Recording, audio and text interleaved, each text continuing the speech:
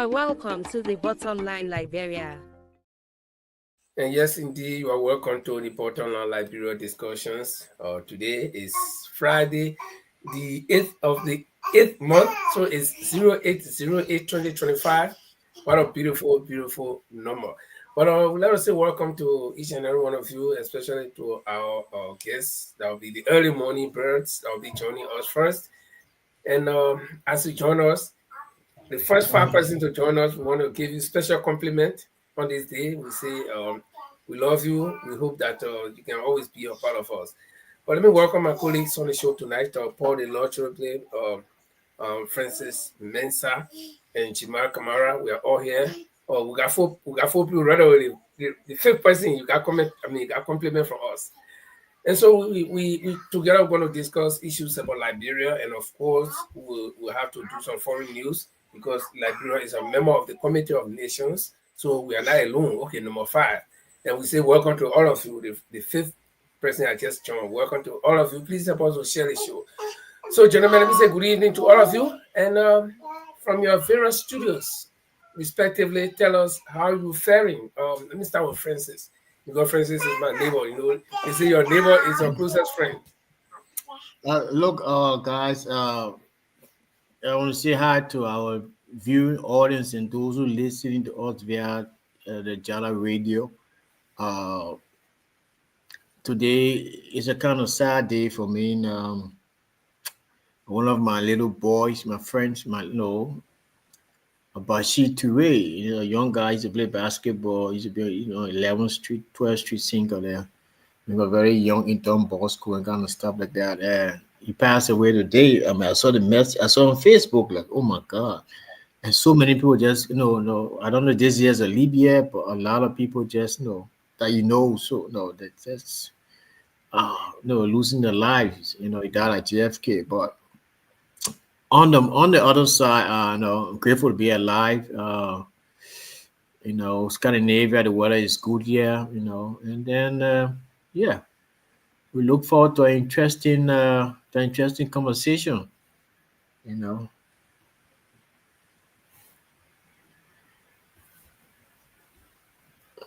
Okay, Paul.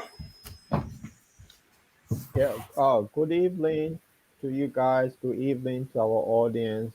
Francie, our condolences goes to you as well for the loss of your friend. I mean, it's a difficult time this year. People just dropping, man. So we know the situation, and it's all over the place. Uh, I want to say it's good to be among the living today. That there's no bomb or anything over our head, and also our condolences to the people of Ghana for their officials, the helicopter crash that killed 8 persons. So the war is a very interesting place, man.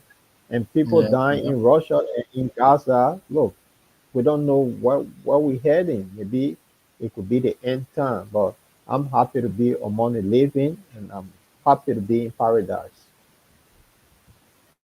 Thank you, Paul, and thank you, Francis. Early this morning, I don't know this Ferrari guy, but early this morning when I opened my Facebook, I saw somebody were like, "Oh, I can't believe It's after 4 a.m. I'm still at JFK.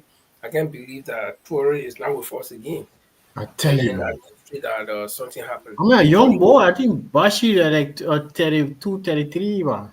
Yeah, and as we talk tomorrow, Saturday, they will be laying 2 prominent journalists from Liberia to rest, and all 2 of them were very close to me. Mr. Max Wiley, the late Max Wiley.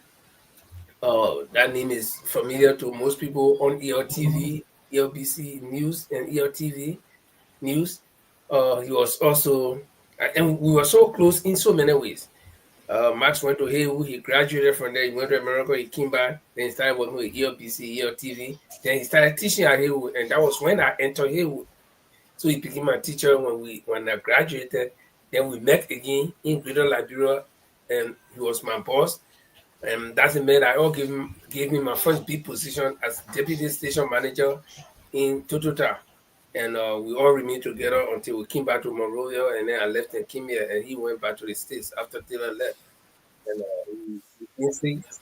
Uh, for 2 weeks ago, if I'm not mistaken. And then just in that time, in fact, it was Hannah Gray, the late Hannah Gray.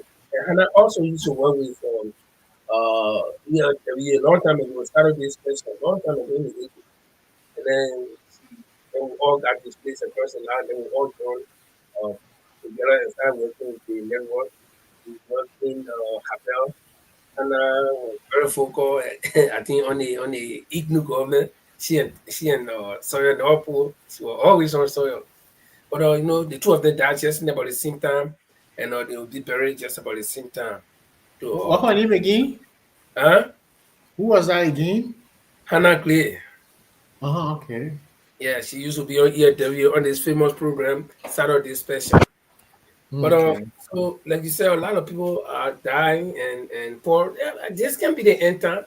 Uh, I think the end time will be worse, but this is just the beginning of the end time. So and I was watching a clip, something, well, I don't know it's AI, but somebody said it was somebody made this clip, and it was about complete AI taking over a restaurant where these robots are making the burger. They do everything. No human being there. They're doing everything. All you need to do, you drive through, you stop, you order, and you go to the window. They'll serve you in 2 minutes. Everything finished. So somebody said, well, this is the mark of the beast. This is time for the mark of the beast because time will come that there will be no job. No human being will be working. Everybody will, the people will be dismissed, the robots will be working, and there will be no job. So how do you feel your people? And it's the billionaires that are doing these things. So they will be controlling human being now. Where you're not working, so you can't be frisky. When they say the only way you can get food, come and will mark you, and you're hungry, you'll go get it marked. So they say have some more time in our favor. But guys, if you're joining us for the first time, this is a bottom line Liberian discussions. Uh, Paul, you can prepare some music for us. We're going to take a short musical break. When we come back, we'll be discussing news from uh, across the borders. But let's go to Paul first to tell us what we'll be focusing on the international scene, and then we'll also tell you what we'll be talking about from the local scene. So, Paul, if you have time, can you brief our viewers what's on the menu for the international scene? Well, the international scene is quite interesting, but today our focus will be on one particular group of people, which I think is very unfair that the war we all need to chime in on this one. That is the suffering massive that in Gaza. Today, the crazy man and his war cabinet agreed to now seize Gaza for good because they've been preaching a thing that they want to annex the people from that area for them to take that place because and Trump was the main person behind this thinking that they take Gaza as a beautiful landscape so they can build some beautiful houses there. So this Netanyahu, the crazy warlord, decided now they're going to take control of that place. So, and the Western leader sitting back, not doing anything. So we'll be looking at that. And then also, I came across something that is just fascinating about some pastor talking about, oh, maybe we could start that and then after a musical break that the book that is being written, the Bible, it was only written to please the people of Israel, and then everyone have followed that. Today they use the Bible for so many bad things. So we'll be looking at that before we move to Liberia. That's the thing on it. So with the focus is Gaza. Okay. And on the international, I mean, on the national front or on the home front, we'll be looking at the thousands of people that turn out to march against drugs and say no to drugs. Whether the march was the right thing to do, and what is the intent of the march, and what after the march, what's next, and also we'll look at a statement in the newspaper quoting the lawmakers um, that the government has failed for now on the war on drugs. So they, the lawmakers, will be taking actions to continue the war on drugs, and we will have our individual perspectives on everything that we'll be talking. So what I say is my view. What Paul says, what my friend Francis says, and what Chima says is all our views. So this is not a view of the platform, even though we are expressing it on the platform. So we'll take a quick musical break, and when we come back, Paul, if you're ready, you can roll. When we come back, then we'll go through. Right. Thank you, Lthe, for this. We're promoting Liberian music on this platform. So we're gonna look at Teddy Rai and CRC music. Then so we don't have copyright for the music, gentlemen. So Facebook just be warned. So let's please share the show. Teddy Rai, Teddy Rai, baby girl, my baby play me Zaga logo, because she never told me the mogo. She gave me koto, she treat me like one in photo. Nah, she won't get inside my photo. She gave me koto, she treat me like one in photo. Then you are my friend, I get out Zaga logo. She gave me koto, she treat me like one in photo. Ma, you know listen, ma, oh. Baby, no listen, ma. Ma, you know listen, ma, oh. Baby, no listen, ma. Because now listen, ma, oh. Ma, you know listen, ma. Ma, you know listen, ma, oh. Baby, no listen, ma. Me, I want all the Ghana when they be in cassava. Eh, now you never choose a man over. Nah, because I let you must do me tabata. Eh, your beans you cooking now on. Sweet, I'm on they let me wait in London. Where I get it, I mean, baby, where you come from? Eh, she won't follow me, go see mama. Waiting, give me that sugar, dodo. Eh, she won't follow me, go see mama. Waiting, give me that sugar, dodo. What thing they mean that you got know? Now you all the kind of wanna know. What thing they mean that you got know? Now you all the kind of wanna know. Ma, you know listen, ma, oh. Baby, no listen, ma. Ma, you know listen, ma, oh. Baby, no listen, ma. Pola sobe on my yeah. Banjo my heart, celebrate the piece of sewa. Please don't show me that pepe. The way you find me, your friend and set okay wa. Raise me down and see my heart, oh. Say my get left for let people dollar penny. See how you find you looking sweet and yummy, oh. Let us say la for you, le bon me, oh. She on me, she won't stay inside my photo. Now when she want my call, and when they want she run though. Yeah, she won't follow me to see me bell. What did she go inside the cocoa? Ma, you know listen, ma, oh. Baby, no listen, ma. Ma, you know listen, ma, oh. Baby, no listen, ma. Because no listen, ma, oh. Ma, you know listen, ma. Ma, you know listen, ma, oh. Baby, no listen, ma.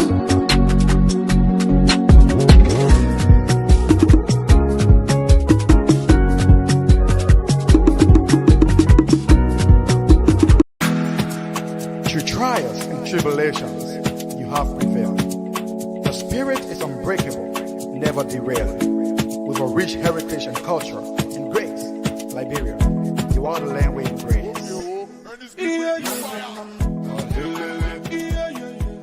You are welcome to the bottom line, Liberia. And indeed, you are welcome to the Bottom Line Liberia. Here we are again. Francis Mensah in Sweden, Paul the Law Triple in London, and I'm here in Norway. Jima Kamara is going to be joining us from Manchester later on during the course of the program. But like I said, today... Through trials and tribulations, you have prevailed. The spirit is unbreakable, never derailed. I'm sorry for that. Like I said, we'll be continuing the discussions because there have been a lot of discussions on this march against drugs in Liberia. and we'll be giving our own perspectives on what can be done. Probably we'll give some what you call that, recommendations, to government, and let's see if we can move the fight forward. But guys, welcome again. Please share the show if you join here for the first time. Just hit the like button, and then anytime we come on, you'll be notified. And you can invite your friends to watch the show as well. So, and you can leave your comments in the comment box as usual, and we can read some of your comments if need be. But let me say welcome again to my colleagues. And Paul, we want to start us off with the international news, and let's get going. Yeah, before we start with the international news, I just wanted to look at this pastor who said something that caught my attention, and I just want you guys to view. It's just actually a 1 minute, 33-second clip, and I just want your view. And this guy from his authorization in the beginning. Made the world, who was there? Nobody. Because God didn't hire a journalist when he created the heavens and earth. So how does the author know this? How is Genesis about how God made the world when the person writing Genesis didn't even witness this? Think, y'all. Y'all have to turn your brains on. The author of the Bible is not getting downloads from God. The author doesn't know what happened in the wilderness, and neither do you. Because Jesus never was in no wilderness. What that means, church, is the author is making these scenarios up. Uh-oh, it's getting too quiet in here. Uh-oh, it's okay because I'm about to close. But the reason he is making these scenarios up is because the author is writing a story about Israel, a story about the Savior of Israel. See, the Bible is not about being true. The Bible is a story. It is the story of Israel written by Israel for Israel, and stories are made for entertainment. The Bible is the earliest form of entertainment. And the sooner we all get that, the sooner we can understand that there is no God, there is only the author. The author of the Bible can make God be happy. He can make God sad. He can make God do whatever it is he wants God to do. Because the truth is, there is no God of the Bible. There is only the pen, the paper, and the scribe. Think about this. Just like the person behind this prompt is making me say and do what I'm doing, the author of the Bible can make God talk, laugh, or even have a son. The only place the God of the Bible truly exists are in the pages of the Bible and in the mind of the authors who created him. My name is Elliot Stevens, and the next time you read the Bible, ask yourself, did God say that, or was that the author? So, I came across this, and I found this quite interesting, that this pastor will now go in-depth knowledge of the, and the question he asked, beginning of the Bible in Genesis, what the journalist or author will recall, because the story is so unique that everybody bought into this story today, that when you tell your sister and brother that so something not right about the Bible, they get so upset that because the author sold the story. So it's just little thing that I came across, and I found this quite interesting. So I just decided to share with you guys. And then we can move on to international. Why this guy is saying the book were written to please Israel. And now this was going to lead us to our main topic, that Israel that is being proclaimed, the chosen ones of God. But now they are killing a lot of people in the Middle East, in Gaza particularly, and the war is just watching, seeing nothing.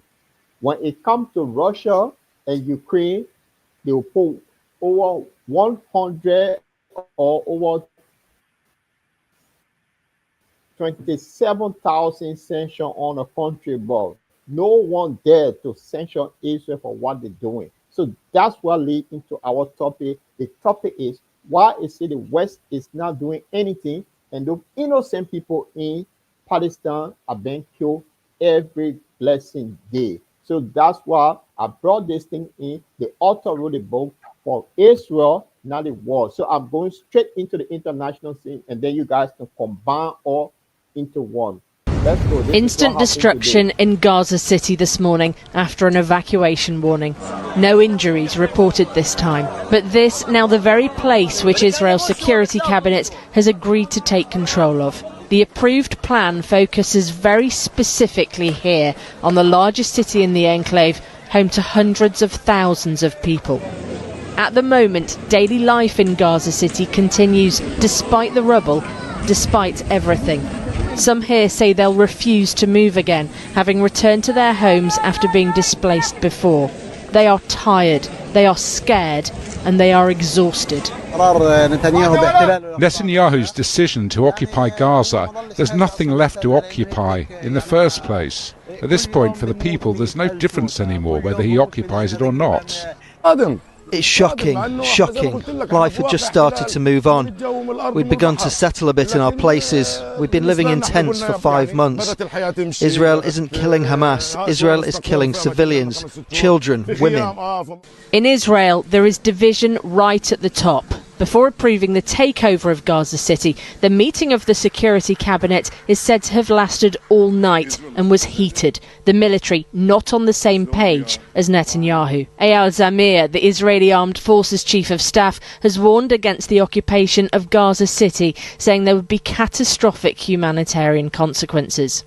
5 points have been approved by the Security Council with a majority vote, including Israeli security control in the Gaza Strip and the establishment of an alternative civil administration that's not Hamas or the Palestinian Authority. We don't want to keep it. We want to have a security perimeter. We don't want to govern it. Yesterday, Israel's Prime Minister said in an interview that he wants control to be transferred to Arab forces, but what that would actually look like is difficult to pinpoint. And put on social media today a video from hostages already released, saying the Israeli government's decision endangers those still captive and calling for more protests against it. Support on the streets of Israel already in tatters. In Tel Aviv and Jerusalem, protesters put themselves in chains and block the roads. We want him to stop. We want to stop the war. We want to bring the hostages home, and we want to stop the suffering of the Gazan people. All we want is to end the war and peace. The Israeli opposition leader also says that the plans are contrary to Israel's interests, saying there was no consideration for exhausted troops. And internationally, the UK's Prime Minister among those urging Israel to reconsider. In the south of Khan Yunis, there is no end to the grief. Families here say their loved ones were killed while seeking aid.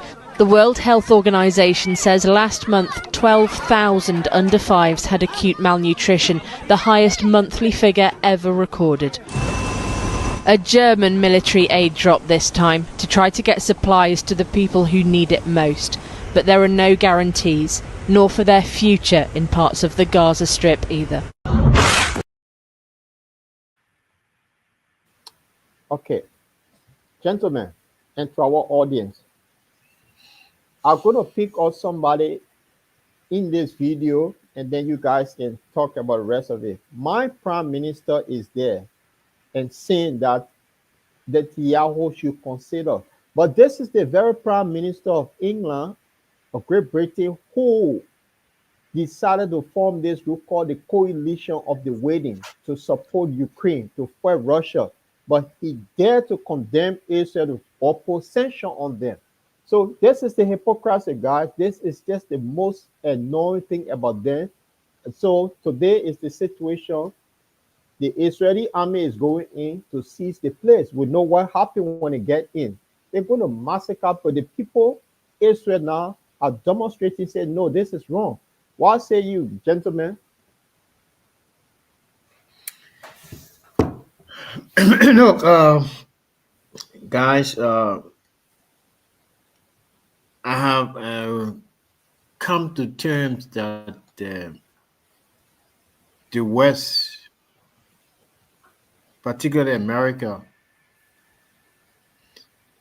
is what you call, they are creating a state of despair beyond words. Israel has openly, defiantly gone about doing what it wants, especially the prime minister. I don't want to call his name because it's an Armageddon in the Bible, to the destruction. Look, There's no word for it. Look, Hamas had done terrible things. What they did on October 7th is terrible. Man, but what is humanity? Where is the empathy? Look, how can this man go to bed? There's no amount of how far rightist you can be. You can be a fascist. You can be, look, whatever geopolitics it is, you can't.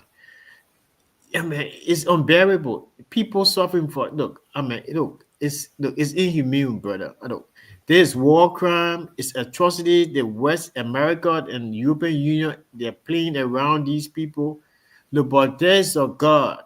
Whoever it is, there's a God. Vengeance will come one day. It may not be in our time, but trust me, those who are supporting this gruesome act against the people of Palestine, they are not soft humans. The wrath of Oikoi Karma will catch them. No, that's it, man.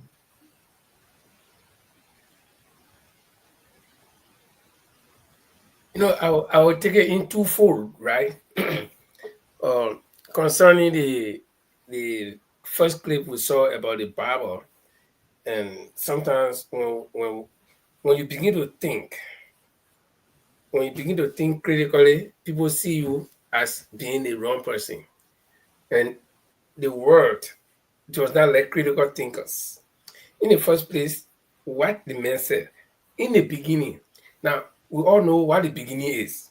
Even if you bought a land and you want to build a house there, the beginning will be the buying of that land, the clearing of the land, the digging of the foundation, and then that's the beginning.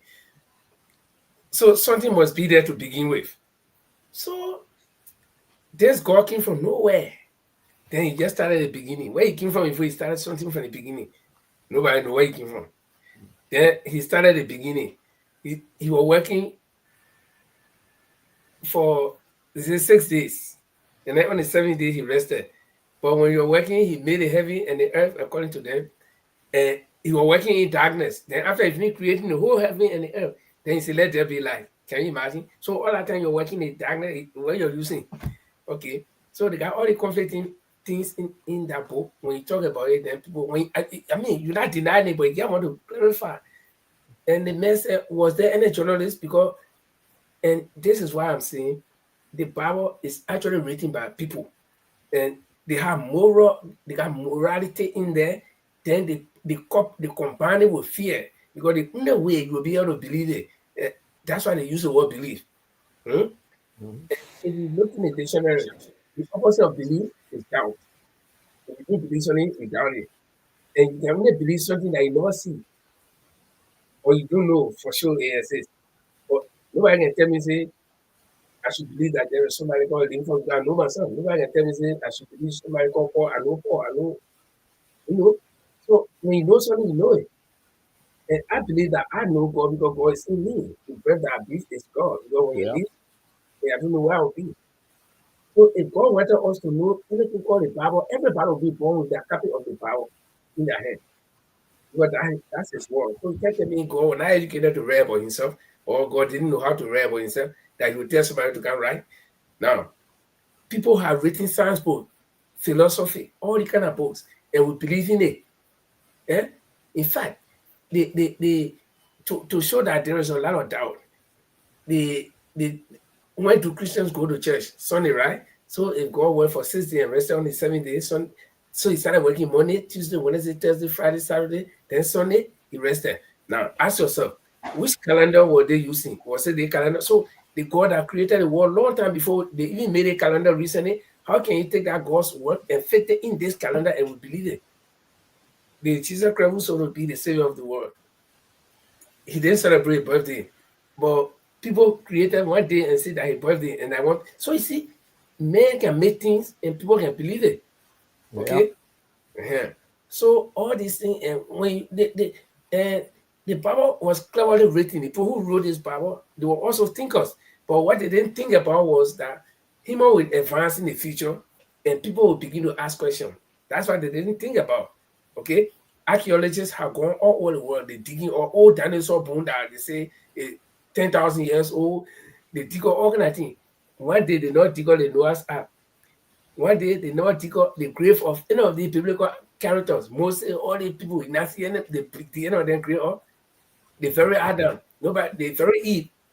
What the thing is that Garden of Eden. The locations of be in the Middle East. They not find it.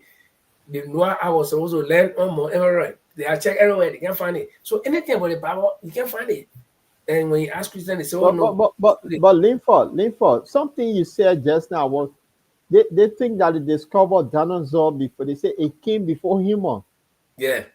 So they were existing before human. So, and the human wrote the book said in 7 days there was darkness. But how were they living? Were they living in darkness? Oh no, but ask Noah when God told him to pull the pair of every living thing in the ark. So lion there was to be there too. So before Noah came, according to the story, those things were already before human. I mean, it's just a thought, man. But to cut the long story short, the thing is, even in the same book, in the book of Genesis, when after the writer said that God created man and Adam, okay, how can God create Adam from the mud or from the dead, but fail to create Eve from the sin dead, but you got to put Adam to sleep to take up part of him to make Eve. So and then we now see all the time we've been living, we now see anybody make woman from any man in our age. They say that only God can do it. Okay, so why is it that God made it in a way that woman can give birth? So they just put men to sleep, they take up baby, or they put Eve to sleep and be taking up baby from the side and making it. But all these things, when he asked questions, and the same God, according to him, he put all the trees in the garden, and then he told Adam and Eve not to eat certain fruit. When they eat it, they'll get sense. So in other words, they go on out to be stupid people. Why you born your children and they are stupid? So, and then the people, when they eat the fruit, according to them, they punish them. They punish Adam and Eve. They drove them. But then we today, they say the sin still following, or we know about it. Transfer aggression. So they go and forgive. They go, that thing, when you ask, then people get fed. And the most intolerable people I've seen are Christians, because they are very intolerant. When you ask them, they get mad. Then they send you to hell right away. As if to say they didn't want to get a key to hell. Oh, you'll go to hell because you not believe. So, but transferring to the Israeli side, the writer of this book, the Bible, have made the people called Israel. Okay, if God said that Israeli are his chosen people, so what about the rest of us? They call the Gentiles. What about the rest of us? So we are not God's people. So when I see my Liberian people killing themselves for Israel or for the Bible, no, God, let's agree that there is this God. This God, I believe that there is God and that God lives in me. But the God that the Bible talks about is the Bible's God. So that God has already told you, say, I got my chosen people. So the rest of you are nothing. So what are you worried about? How? Tell me. We are devil's children, so we're going to hell. So if there are several girls and I come and look at 1,000 girls, I take one, I say, they want, I want to let. So what the other one they're wasting that time, they want to let, I've been taking it. So the rest of you go, I don't get time for you. So when I see people, and then when you try to say, no, they'll stay far away around.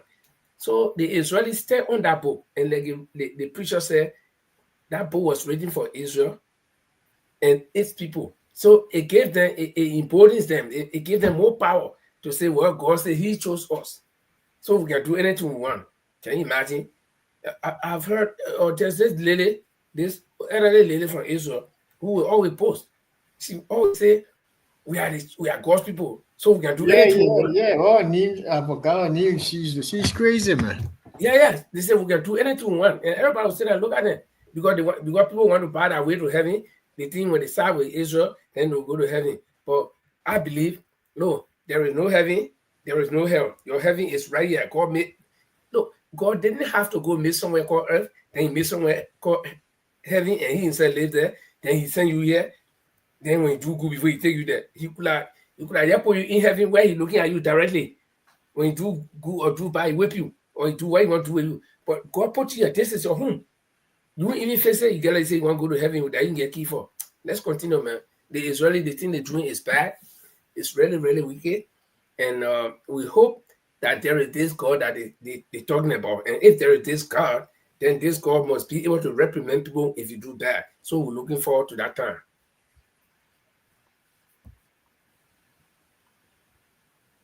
Yeah. Yeah. So Paul, that's it.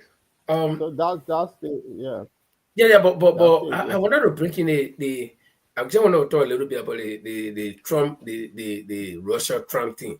You see, this diversionary tactics, but the reality is there. Now, there is actual war going on in Ukraine and war going on in Gaza.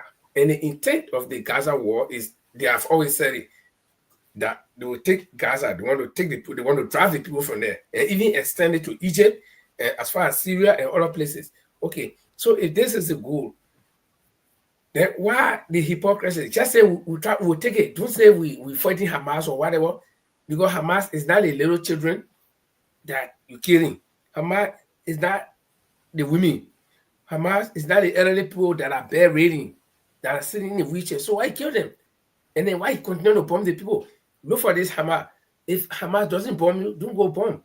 But again, this thing just hard to talk, because I got people who want to go to hell. We all want to go to heaven. So it's hard to talk. But Lthe, this Yeah. thing that this October 7 that we talk about, that is where the Hamas got the Israeli. But since 1947, when they became state, what they been doing to those people before that one day? People don't talk about that one day. No, but in fact, that one day, That didn't one just day happen. is the one they talk about, but the one they've been doing. No, They but don't- that one day people- didn't just happen. No, they have been killing the people all the time, erecting checkpoints, all Yeah. kind of illegal thing. So the people So that the one day now, that's the beginning of this, not according to them. But the one they've been doing before that one day, they don't talk about it. Now, if you talk about the one they've been doing, then you become the thing they call, they say you're anti-Semitic, you're against them. So that one day, you must condemn that one day that Hamas did this so bad. We agree that Hamas did bad. But then, you killing, UN just recognize that over 60,000 kids have been killed. That get Yeah, nothing to do with Hamas. if they base on that one day unprovoked attack by Hamas, so should Iran continue to fight them, because they attacked Iran first in this just recently? So should Iran say, okay, they didn't want to attack us, so we'll continue to attack? I don't understand these people. But again, if they get a backing, of the most powerful world in the country, I watched a video today. I forgot to post it in the chat room, and this guy is saying that the Israeli people have set up, they have made this, blackmailing several from long time ago. Several top United States officials, like senators and representatives, and even some presidents are suspected. Top officials, the foreign secretary, other people, they set them up that they did some things, that could bring them down. So they got a recording for those people. So they will tell them, say, "Look, you got to do, you just got to, if that money, if any money we want in Congress should pass the law, because if you don't do it, we'll expose you." Okay. But Francis said it on the program. Said the people they get the money, they pay those people in America, so they can't go against them. And this is No the way. fact. When the people, the people are the highest donors to the Republican Party, the Democrat, they are the highest donors, the Israelis. So the Jewish people, rather. Yeah, when I saw that video, I was like, yeah, because it makes sense, because for the U.S. Congress that I know to just be approving huge money for these people to make war, and they are fighting, and few of them try to talk, though. Few of them have been trying their best, but majority against it. But guys, I think that's it. Like we said, before Jamal Francis. I just want to add that the lady who was going to become president, what her name? what her name the Indian woman. Yeah. Yeah, her husband is Jewish. The husband is okay. Yes, and that's the Husband is reason Jewish. why she didn't win that election, because she was afraid to say something about them. And Trump was playing clever, say, "Oh, we'll end a war," but she refused to say, "Hey, you see, that was about." She was not clever because she could not go against her husband people. Yeah, That's her husband is the thing. Jewish. Kamala Harris, husband is Jewish. Yeah, I want to give some little short historical briefing of the Jews. The Russian government before they had a monarch called a Tsar. And do you know the Jews were plenty in Russia? They attempted to overthrow the Tsar back then. And then what happened when they found out the Tsar, which is the royal family, decided to go after them, they all ran to Germany. And back in those days, after the Industrial Revolution, what happened? Germany at the time was like China today. They were producing everything in the world. And these guys, where they have money, they settled in Germany. They control Germany. And then one madman got up one day, say enough is enough. And he started going after them when the war started. So what the madman did to them, they gone to a country that were created by British and America, and they're doing the same thing that the madman did to them. This is and I don't understand, Paul. So if Paul pepper me and I know how pepper can hurt, so I should go and do it to somebody else, somebody innocent, simply because Paul pepper me in my eye and I know it can hurt, I'll just go grab somebody and put in the eye too. You know, this is extreme wickedness. And if this God that loves them, that shows them, if this God can allow them to go and start killing other people, then it means that this God didn't make people. You see, when I see people, doubting the existence of God, so now I don't blame them. Okay, because there are certain things I just can't explain. Why is it that a God will sit down 400 to 500 people in the airplane, they all go die, and the God can stop it right there. Now, plane get crashed recently in India, where all the people died, one person lived. Then Christians say, "Oh, thank God, at least one person lived." So all the people that died, they're not important that, and Christians, they make things to be like in a way. The preacher said, one day they can make God to be good. They can tell me how God looks. When you say, they pray. When you die, they say, "I'll go away. God wanted you to die." When you get well, they say, "Oh, in fact, they came to the doctor. The doctor made you well." They say, "Oh, God, thank you. God has saved the man." The doctor that made you well, they forget about him. Okay? So when bad thing happen, that God agreed for it to happen. When good thing happen, that God did it. See, so, I guess, so this God will allow his chosen people to just go around killing people all the time, and nobody can talk because he was chose them. So I don't understand where is the fairness? How do you expect people to respect you as God when you allow your chosen people to just go and start killing people, and you can't stop, you can't do anything about it? Let me progress. Let's transition, boss. It's disheartening, man. It's very disheartening. And sometimes when you talk, then it sounds bad. No. Yes, who's in Liberia? But first, before we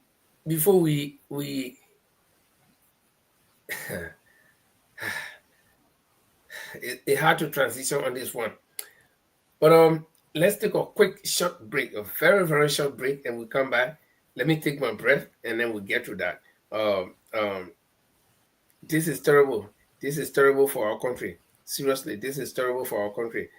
I don't know how Liberia is going to go about this, but tonight we're going to be discussing it. But let's take a quick short break, and then we'll come back, then we'll transition. Through trials and tribulations, you have prevailed.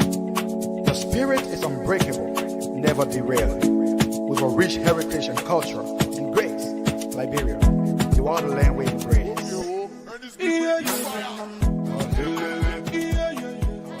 are welcome to the Bottom Line Liberia. Just in case you join here for the first time, this is the Bottom Line Liberia discussions. We are here every Tuesday and Friday, 7 p.m. Liberian time, 9 o'clock Central European time, 8 o'clock GMT. That's Greenwich Mean Time.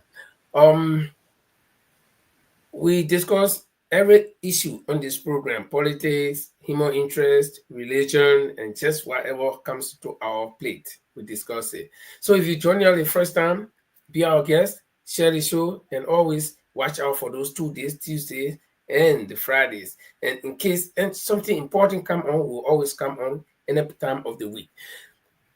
Together with me here is Paul the Lord Chirople and Francis Mensah. Jima Kamara is in the back and doing some technical work.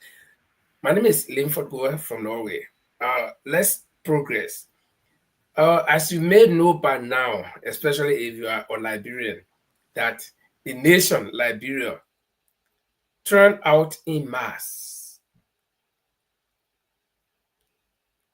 to march against the importation and use of drugs in Liberia under the theme, Say No to Drugs. Now, the question I want to ask, let us start with this question. Or let me lay a premise, and then from there we can start with the question. When we were growing up in the 70s and 80s, people used to do quote-unquote drugs. And the most famous one that people knew of, or almost everybody knew of, even the security forces knew of, was opium, or grass that can be grown by human. And I think by far that was the most popular one. And the effect of it was not like what people are having in Liberia right now. Okay? So during the wartime, we started having foreigners coming as peacekeepers. And we know some of the countries that they came from. Those countries have been having drugs, dangerous drugs before. So when they came, they introduced this drug. I remember one of the drugs that came, especially that were associated with the Nigerian Echo Mode, that was called Duji. And I saw some of the victims under the finance ministry, between the finance ministry and some Zin Sharks. We have come from Greater Liberia and we were down there drinking some beer, and then we saw these people and they showed them to us, they said that these are drug people. We can hardly see them like human. They can't stand up. And then fast forward, the war ended, but the drugs remain. And it has now escalated to different types of drugs. I was listening to OKFM yesterday. Akaros Gray appeared, and he said he did a drug test. And it gave the drug test, or copy of it, to Juliet, and Juliet was reading the list of tests that he did, the different. So I didn't know that, when they be talking about drugs, like I was thinking that just they when they call kush or maybe cooking. But the guy listed over 7 different types of drugs. I said, what? So you mean all these things in Liberia now? So guys, the question is, Paul, can you, Jima or Paul, anybody, if you put that thing on, can you take it down, please? The question is, the people marched yesterday against the use and importation of drugs, or the importation and use of drugs in Liberia.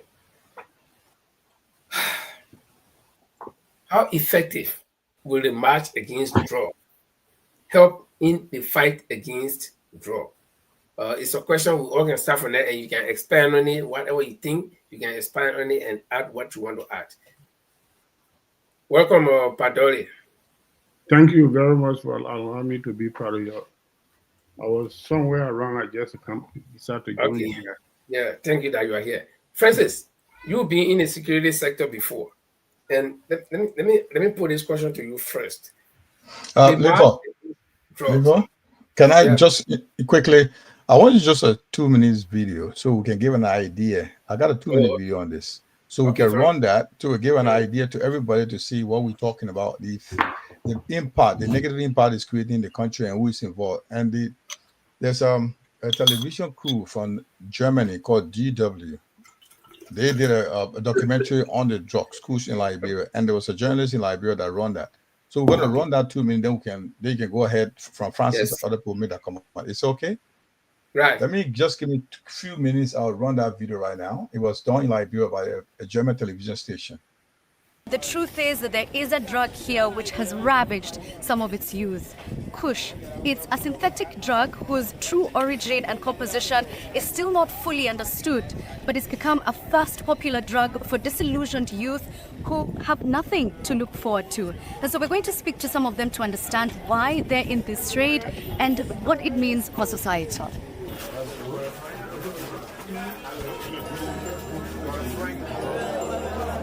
I'm told these ruins house at least 300 people. Almost everyone here smokes kush. For about 4 years now, it's been severely affecting Liberia's youth population. It's hard to put into words what I'm witnessing because it's not anything that I've ever experienced before. Every role that you look into has people without hopes and dreams and ambitions, and they're prisoners of their own reality. Kush, like crack, delivers a brief yet powerful high when smoked. The sensation quickly fades, leaving the user in a kind of hole. I meet William Cooper, who is smoking a single pellet of kush for 50 cents. Yeah, so when you take it, sometimes, you know, it make you forget about the past, it make you forget about the war in there and other things that have been bothering you. So when you take this, you relax yourself for some time. When you use when it is all of the body completed, where you see all who get out on the street looking for money to get some and then buy some to consume. The individuals addicted to drugs in this area are referred to as zogos, a term akin to zombies. The ruins also shelter many women. To support their drug habit, some of them engage in commercial sex work. I've seen a few women here who are pregnant. What happens when they give birth? Some people give birth, sell a child. Some people give birth, leave a child in the hospital and escape. Is it dangerous here for you as women? Yes, it's come and go out with you, take the money and beat you. They will just have you free and run away. They will say they give money and beat you and fuck you and go. Take the money back. Has that happened to you? Yes, it happened to everyone of service. Yeah. Okay. All right. Thank you. Yeah. The conditions here characterized by rape, drug abuse, violence, and rampant disease are shocking and heartbreaking. People here resort to various means to earn money. Some sell food while others work at the beach pouring concrete. But drug addiction has incapacitated many. Recently, tuberculosis claimed the lives of 2 residents. Amidst this, 2 locals are raising funds to support the affected youth. How did it become such a penetrative drug in Liberia? Why do you think the government has been slow to respond? I think the reason is that some of those very government officials in government are part of this identical drugs deal. They are part of this identical drugs dealing. There are some members of the House of Parliament are also involved in the drugs dealing. So they will not want to put effort. And the future of Liberia are the youth. Yeah. If the youth are perished and they're gone, Liberia is nothing. Many allege that politicians are benefiting from drug trafficking, a claim we hear from numerous sources and plan to investigate.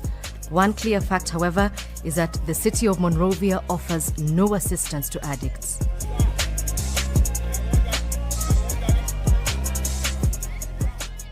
So to reunite ourselves, our family, is the most important. If I don't have money now, I cannot go home. Even when I go home, I will be like a laughing tooth. But we are not crazy. Okay? So I would really like for that help to come. I should be rehabilitated and empowered. All right. So that I can become a help to this nation too, one way or the other. Thank you, guys. Thank you so much for speaking to me. Thank you too for the time, the opportunity. This house and the people in it leave me both stunned and heartbroken. It's a stark reminder of how society can neglect its own. These individuals cannot overcome their challenges without support.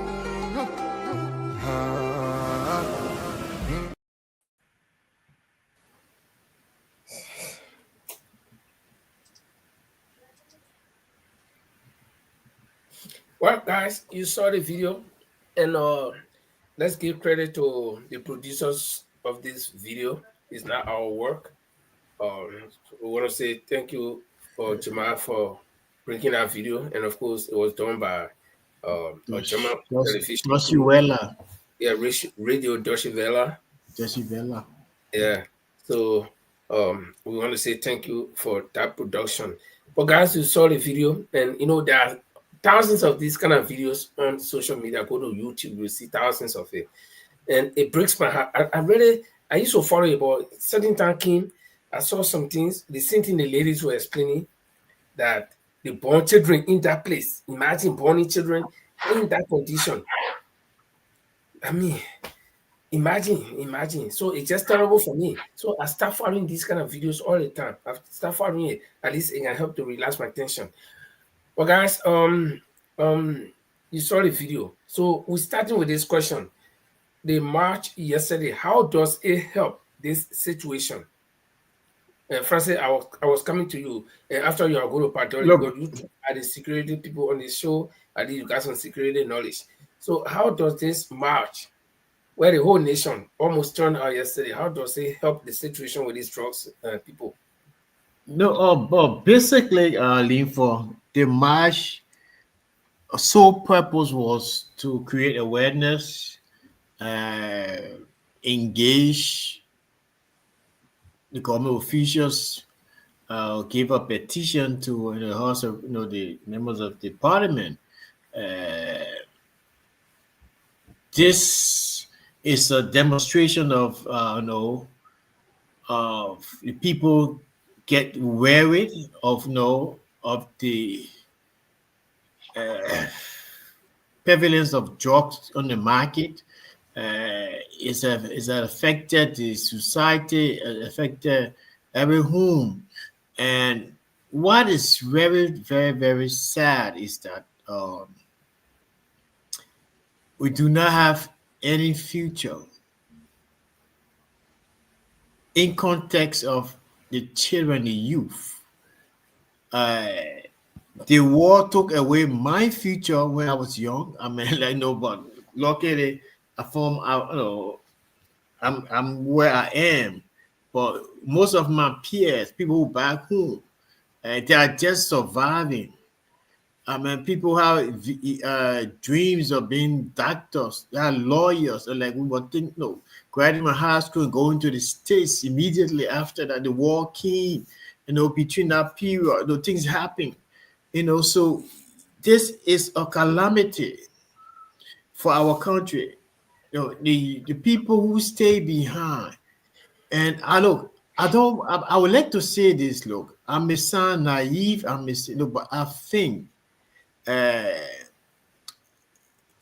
with ECOMOR coming to the country, it created an easy conduit, because I was in security, I was in the police, and my unit was the only unit that at the time was allowed. We were trained by the Americans and Nigerians. We were allowed to carry firearm, and long range assault rifle. And it was a lot of time it was stand off between us and ECOMOR, the Sierra Leoneans at the Freeport, the Sierra Leone, battalion, the Nigerian battalion, so it was that how the drug infiltrated the country, because the guys they were the dealers and they were the importers, So after they left, some of them resigned. They stay in, left the Nigerian army, stay in the country, continue the trade. So I mean, our country, our leaders need to do better. And the DEA, you cannot fight drug with poor people who are underpaid, and they need a total reorientation of the the caliber of people who work. We coming to that point. We're coming to that point. Okay. Those are the ingredients that we're talking about. But Dolly, just tell me briefly, how does this march, or even if all of us in Liberia get and walk in the street, how can it help the drugs thing? Yeah, like what the young man just said, it was just an awareness program. But I don't think he's making any impact, to be honest. Because of my reason is this. I will make it clear for you people. The actors into this march were supported and orchestrated by the ruling establishment. Evidences they are now today in the office of the president, sharing over the president. So the communication, first of all, we should look at when we do the mass to the Capitol building. What was the presentation they made? What are some of these recommendations or statements that they put in the black and white and give it to the lawmaker to be implemented? All these things then we need to know it before we give them credit or not. Until then, I would say it was just a publicity awareness program. That's all. But I don't think he can make any impact right now until we can know what he said and what's going to be done. What are some of the implementation? If we go to the nitty-gritties of the drug issue, I will give you some ideas what I do know of. I was working to the port as director for investigations, National Port Authority. Like what this gentleman was saying, the ECOMOS at the pier, there was a smuggler. I know that. But the control of our country, it was in the hand of the ECOMO. So the national securities were powerless. We couldn't do anything. But when we go to the nitty-gritties of the reason why the drug became pandemic today in our country, I will tell you. Okay. Because I worked at the Ministry of Justice, the Public Safety Division for 7 years. Okay. Thank you, Padoli and Francis. I asked the two security-minded people on the show the same question, but so Paul and Jima, I will not ask you that same question because we have heard a lot. Because I know you still follow similar pattern. But let me take another angle of the question. Now, we already know that this march, whether all the oil Liberia turn out, it's just publicity, awareness to create awareness that the drug is damaging our future. Simple, that's it. Drug is not human being. Drugs cannot hear. So all of can march from now till next year. Even if we walk over the drug will not hear us. But the users of the drugs, the importers are the people that we're supposed to deal with. So let me ask you, Paul, this question. There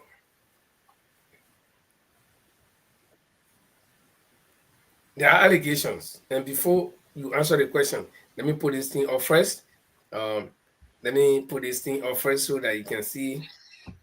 Oh no, that's not. Is it there? Oh no, that's not what I wanted to put. Sorry, I'm very sorry. Something else came. Let me go back. Something just popped up. Okay. But why I'm trying to get it straight. There is this allegation that certain officials of government have drugs, what do you call it, ghettos and other places where in fact some of them import drugs. And that's why the lawmakers, senators, all of them making laws, the executive, all branches of government, they have only been saying this thing, lip service, war against drug, war against drug.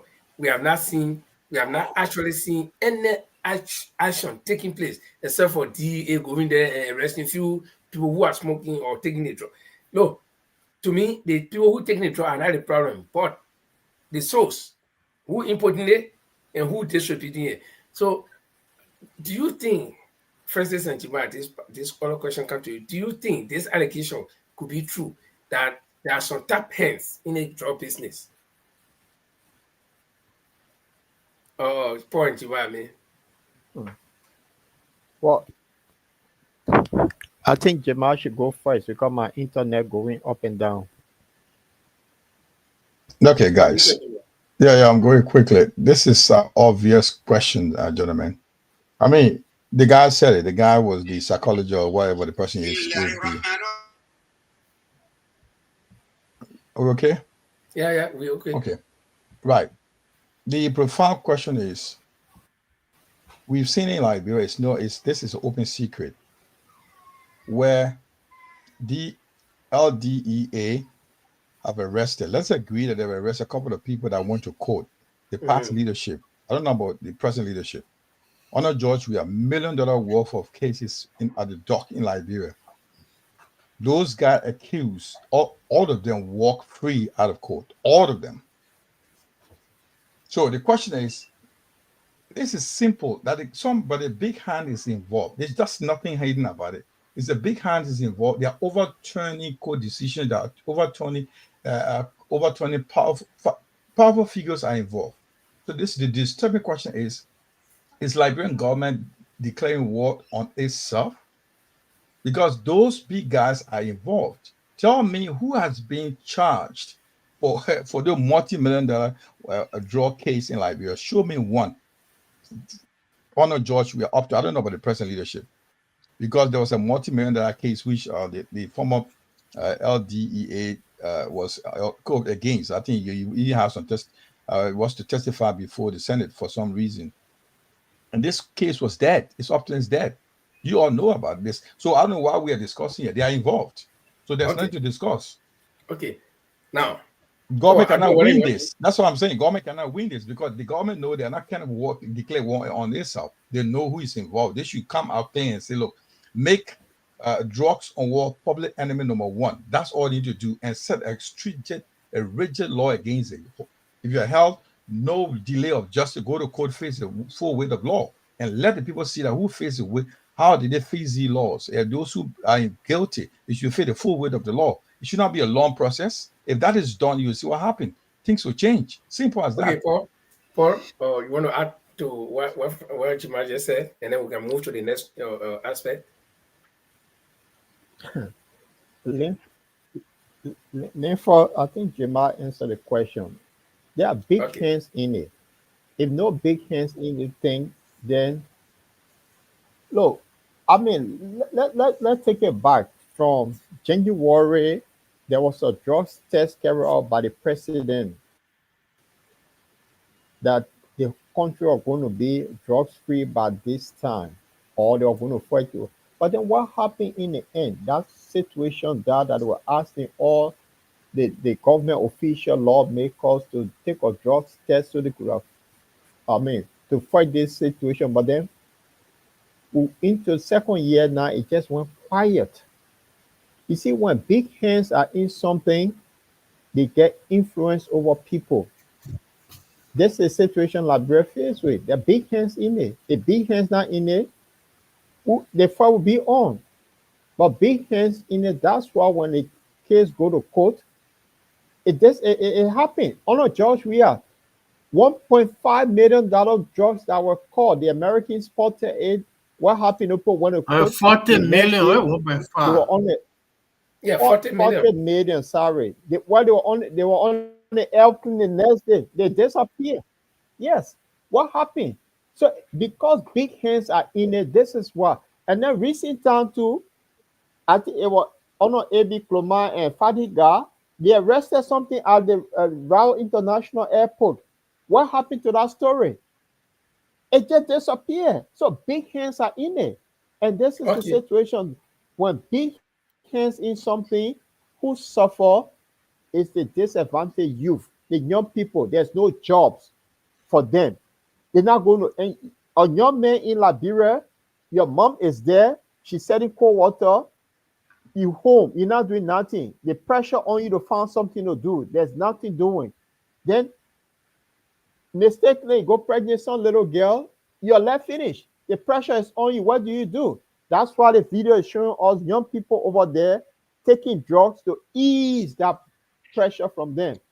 It's the government fuel the people, not this government. It started from the war time because before the war, we never, Lthe, you said it right. What about marijuana?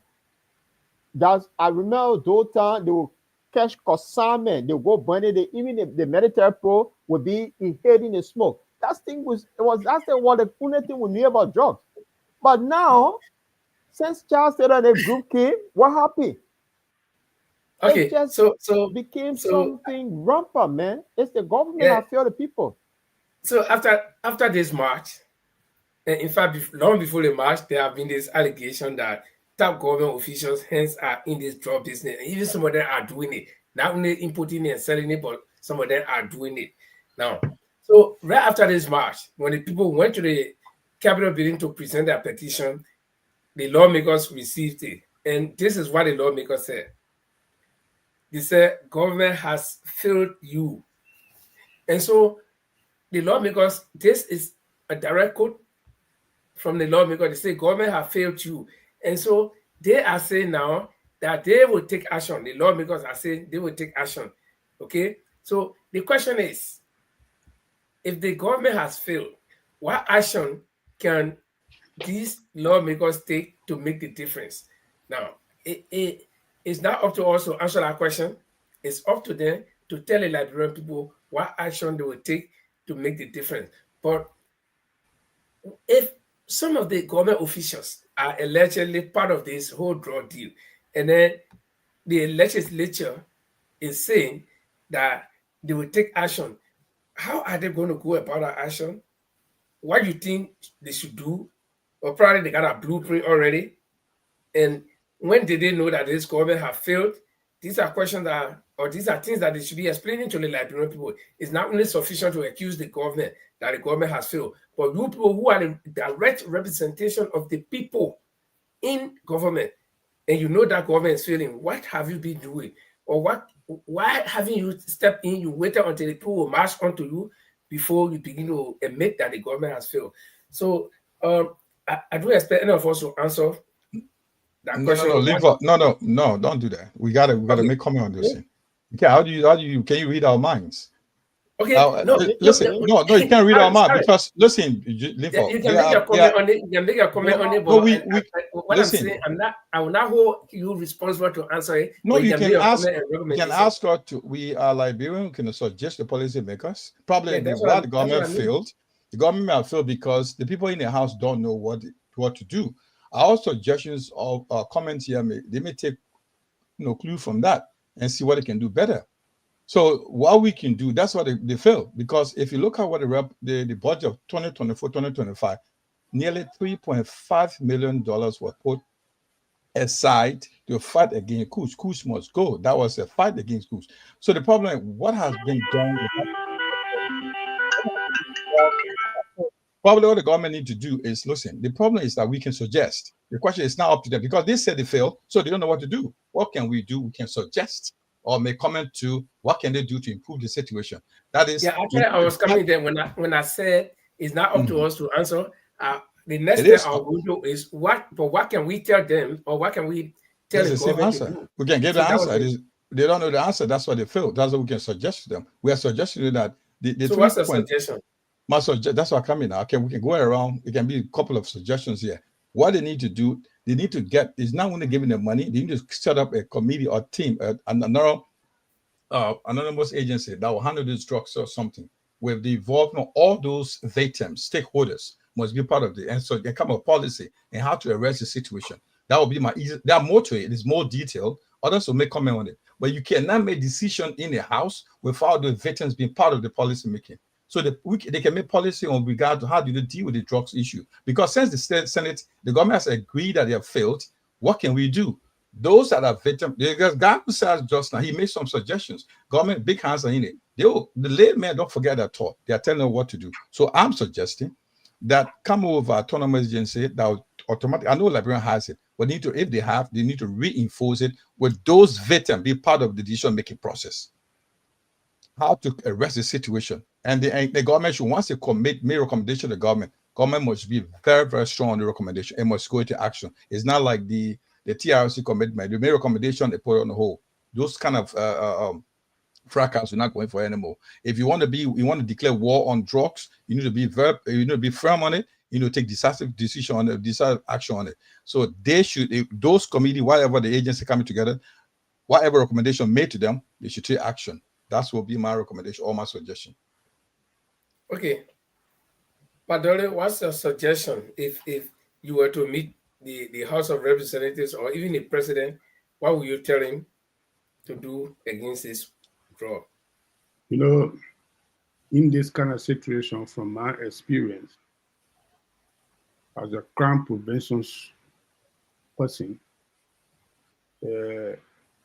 if I am to be a person to meet with my lawmakers presenting then communication, what to do. In my communication, I could recommend one or two things. One could be immediately to set a committee. That committee should be an investigating committee that will go from quarter to quarter, plan to plan, city to city, ascertain the root cause of this Zogo issue. After collecting the root cause of people being in this kind of life situation, make a sober recommendation to the lawmaker to make law how to prevent something like that to happen, to continue. And also, from the root cause of this problem, the reason why you see this thing happening, during Doe administration, there was an opium around. I was in a police force. We used to have opium. We used to arrest opium on Nikutan borough. We used to arrest opium from Wash Point on the Kino, that coming from Sierra Leone and coming from Ghana and here and there and rest of it. It used to happen, but the situation was not rampant. You know what make it to be rampant, Lamfor and Paul? When the war came in the country, those that were even howling to smoke opium, they became brave to take anything without any impunity. They began to lose people. And the people in the authority at the time were giving them the leverage, traffic to say, do it. Even buying them for them, which is the warring faction leader then, because the government was already collapsed. Even the government, some of the government, were providing opium and drug for the fighter to fight. So that make it rampant. So when the ECOMOS arrived to contain the situation, they look at the vulnerabilities of our security, they begin to bring in this drug to sell it to our fighters and things. That make it rampant like that. In order for us to eradicate that, to stop it, we need to start from the started course. We should not just take it from the surface. We need to start from down the ground. Go to village, town to town, get information from people, do assessment like what the journalists just did to get the people's views and things there.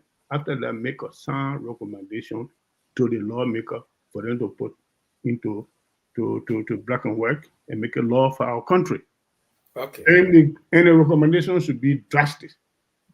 Okay. That's the only way this thing will be eradicated. Thank you very That's much. what I can say. Okay, Francis, Paul and I will be last on this one.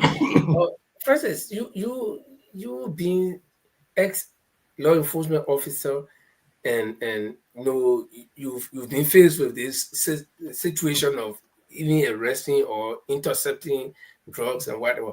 But now that it's so rampant in our country, what would you recommend to our government that the lawmakers are saying that has failed to tackle this drug issue?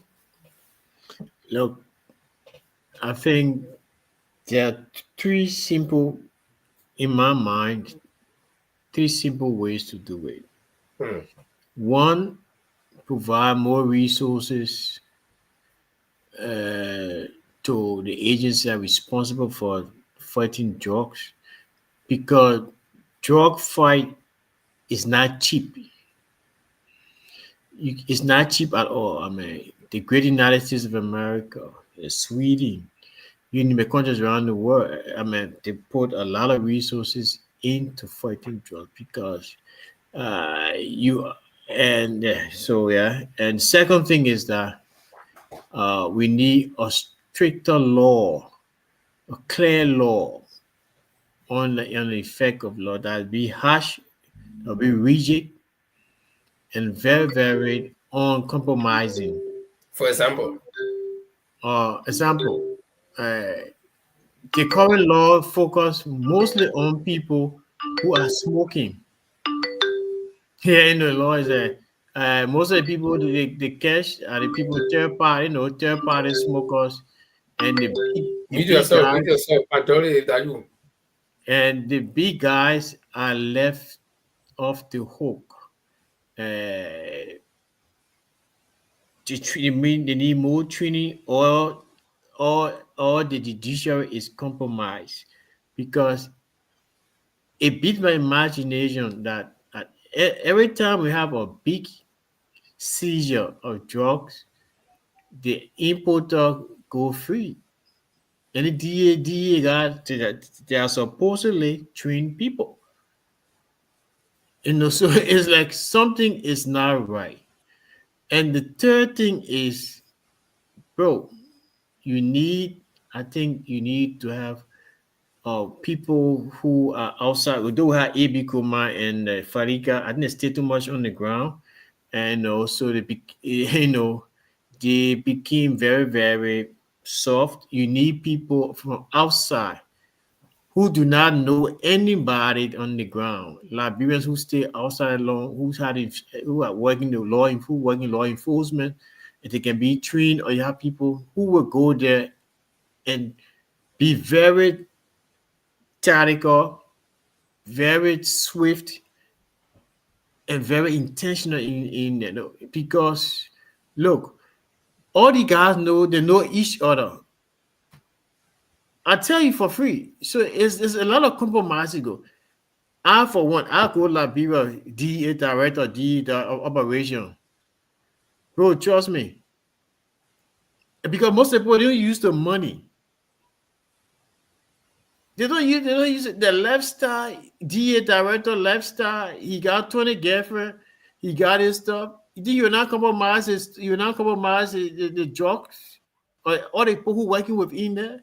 You need people who are intentional, who are straightforward people.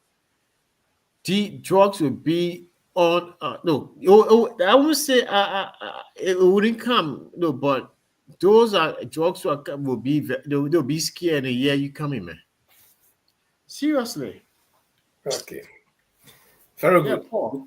We're getting there little by little. Paul, you and President Boakai sitting down, or you are in the chambers with the lawmakers, advise them.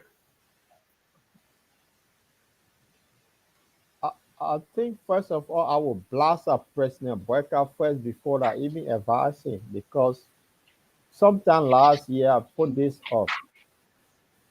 Liberia growing, you see, this is drug crisis we talk about. There was last year we discussed this thing on this program. I just got to bring this up. Last year we talked about this. It's not that the stranger to what happening. The video we watch, it was only focused on Monrovia, Central Street area. But go across the 15 counties, the young people just taking drugs. 50 cents, that how much liberty? That 50 cents, that just about 100 and maybe 60 liberty that they can afford to buy 50 cent drugs. So the root cause of this, the guy who behind it, the big guy, tell Boakai there may be a harsher penalty, because there's no more, how they call it, death penalty in Liberia. So what do? We catch your people, land there on Broad Street, every morning, give them 25 latches. Like what happens in Singapore when you drop something on the floor, they will latch you. Let people see them be whipped every morning. That because of you, you damage our children. This deterrent, you have to have people with strong mind to say, oh, this is the reason why.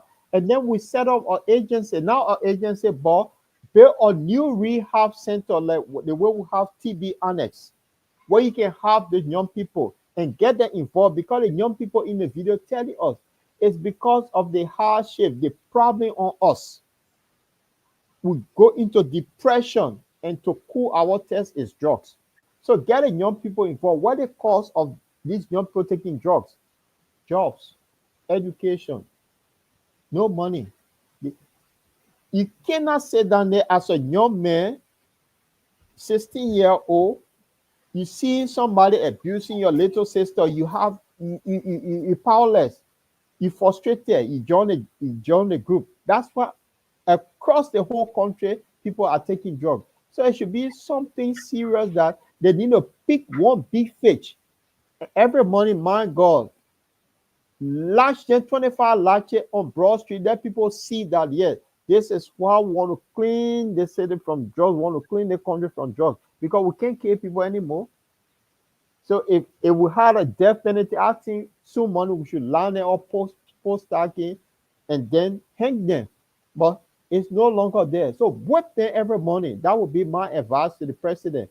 Build a new rehab center, invest heavily, create jobs for the young people to get off the street. That should be the key. That would be my recommendation. Thank you very much, all of you. And we're getting somewhere. For the past 2 days, I've been making talk show. I've been having talk show on this drug thing. I've been having my podcast on this drug thing. And when I started first, I was a little bit softer, but now I have become harder, especially today. And I'm going to say exactly what I said today in my podcast.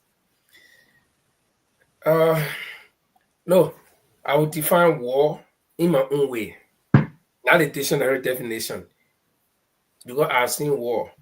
War is two forces going against each other with the intent to destroy each other. So the most powerful one can destroy the weaker one. And the one that comes first or that attacks first and stronger can also destroy the other one. And in war, there is no referee. In war, you go with all your might. In war, you deploy all of your equipment and weapons that you have that are at your disposal if you want to win. So that's my layman definition of war right there. So war is not party. War is not fun. No matter what type of war you're fighting. If that mob war, you go there with all the costs you know. If that physical fighting with punches, you go there with all your tactics you know. If you're able to sweep the man, anything you can do. And if that gun war, you go there with everything that you can use to win. So that's war. You don't fight war with mouth. You fight war with strategy, strength, and power. So I have a few recommendations, which are very extreme. I have very good heart. At the same time, I'm very weak in my mind when it comes to violence. I'm a very weak person when it comes to violence because I have very good heart. But every situation, you say every bad will get bad medicine. So every situation can demand of the people involved in that situation to cope with it. So if you are placed in a cold weather, your body, the situation will demand your body to be able to cope. What am I saying? I would recommend that the government of Liberia, first of all, consider this drug crisis as emergency situation where the president, the government, the president ahead of the government can declare the state of emergency on drug. And what does that, I want to speak Norwegian. What does that entail? Number one, you can reinstitute a death penalty just for this moment. That's a state of emergency. Just for this moment. The same way, if anything happens for security reason, the president can declare state of emergency and declare curfew. That curfew will not be there for a long time. Right now, we don't have curfew, but if any security risk, the government can declare curfew. So you can declare a state of emergency right now and announce for several months, several weeks, several months that anybody caught importing drugs. Now, the death penalty, I will define it by category. Any importer, because those drugs, we do not have factory for them in Liberia. They surely come from outside. Any importer, anybody who imports it, be you foreigner, be you a Liberian on the ground and importing it, when you are grabbed, you should face the law. You should be judged. They will give you the option, go for some of the best lawyers you think you can. You can even call international lawyer. And if you are brought down guilty with all your lawyers and through the legal process, if you are brought down guilty, the government can, the death penalty is there. The government can decide which one, whether hanging or firing squad. Broad day, not in the night, not in the morning, but broad day. And where? Right in the heart of the city, broad day in the street. Call the media, international, bring video, bring everything, and they do it. In fact, if they catch 10 people, you the victim, or you the corporate, you will be shooting each other. The first man will shoot the first man. The second man will shoot until the last man before the security can kill him. That's the importer. I got good heart. I don't intend for any of my kinsmen to die, to be killed. But these people are risking the entire nation. Their lives are not better than the thousands of people who are dying, or who the entire country will go down the drain for their business because they want to have good life. They want to go to good restaurant. They want to live in good houses. They want their girlfriends to live good life. And so they risk the life of the entire nation. So their lives are better than us. So the importers should be executed. By what means? The government can decide that. 2. Second category, the dealers and the distributors. There are 2 different groups of people. Because when they import it, they go to the dealers. The dealers carry it, then they can start distributing it now.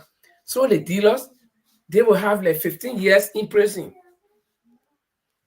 Then the distributors, they will have like 10 years, and the users will have like maybe 2-3 years because they are generally end users. And the reason why I'm making all these suggestions, I'll give you the main reason. Number one, if there are 10 importers, you're able to get 9 of them or 8 of them and execute them. The other 2 will be afraid because they will see, they will be afraid. They will stop it. Then there will be no more draw. So there will be no distributor, there will be no dealer. And the user, even if you let him go free, you will not find again. So the main thing the government needs to do is to get down to the source. Find the source of this drug. Not leave the users. Go down to the source. And in order to do that, I will also recommend to the government that you should go into the communities, look for the ordinary people. The DEA officer with a uniform walking, people can be afraid of him. Look for some of these small, ordinary community boys and let them be real top secret agents for you. Put a bandage on this drug thing. Say, look, listen, if you can lead me to the source, because you can, even if you don't smoke, but make yourself like one of the smokers or the drug takers, you pay this guy, this common man, like nobody knowing, let him be able to infiltrate and go and reach to the source and give the security, the DEA officer a lead, okay, and put good money. And Jima mentioned that today, Martin Kwali posted something where you're talking about some of the DEA officer making $71.24. This is a guy who you expect to go crack down on multi-million dollars drug deal, and you pay him $71. This guy can arrest the drug dealer. The drug dealer say, no, listen, man, I'll give you 2-3 parcels for yourself. And when he kills him, you're gonna get 10,000. Okay, so you think that man will be brave enough to go to show that man? No, because that eating spanner. Anytime you can reach that, man will give him something again. So you deal with ordinary people. small people, insignificant people, and don't let them know each other. So they can compromise. So if Paul is one of the agents, Jima is one, Francis is one, Mr. Dolly is one. We don't even know each other. We don't know that we working assigned to different areas, make them insignificant.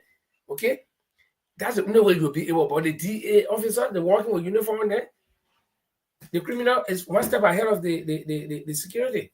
Always know that. So if the government can, look, we are in emergency situation. They definitely suspended. I remember when they killed Ali Yancy there for hanging. I mean, for the Goyo business in Maryland, it went down. There was no more Goyo business. Okay, when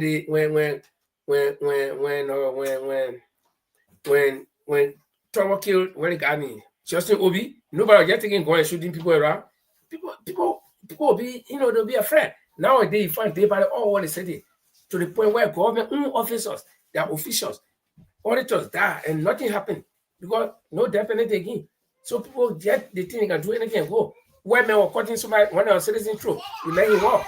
If we reintroduce the death penalty for even 1 year, it's plenty.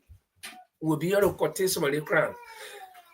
And that is not an exceptional factor. That is not a normal situation. That is emergency situation. So I would suggest to the president that he declares emergency situation under this drug and stuff and introduce stringent measures like that death penalty.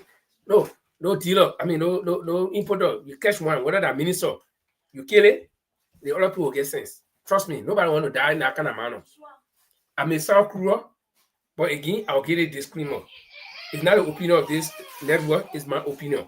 And as a Liberian, I feel this is the only way that people who are trying to damage our entire country, destroy, wipe out 2, 3, 4 generations in the future, that is dangerous. Their lives are not better than those people.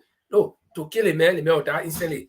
But you make the man a zombie that is making that thing and you live and suffer for long before you die. Which one is better? There's no better way to kill a man anyway. So let the government declare state of emergency on the drugs. That's the only way. Or else I saw people marching and some people are praying. What are you praying for? And who is praying to? To do what? So that's my take on it. Can I ask something, Joseph, if you mind? Lthe, do you hear me?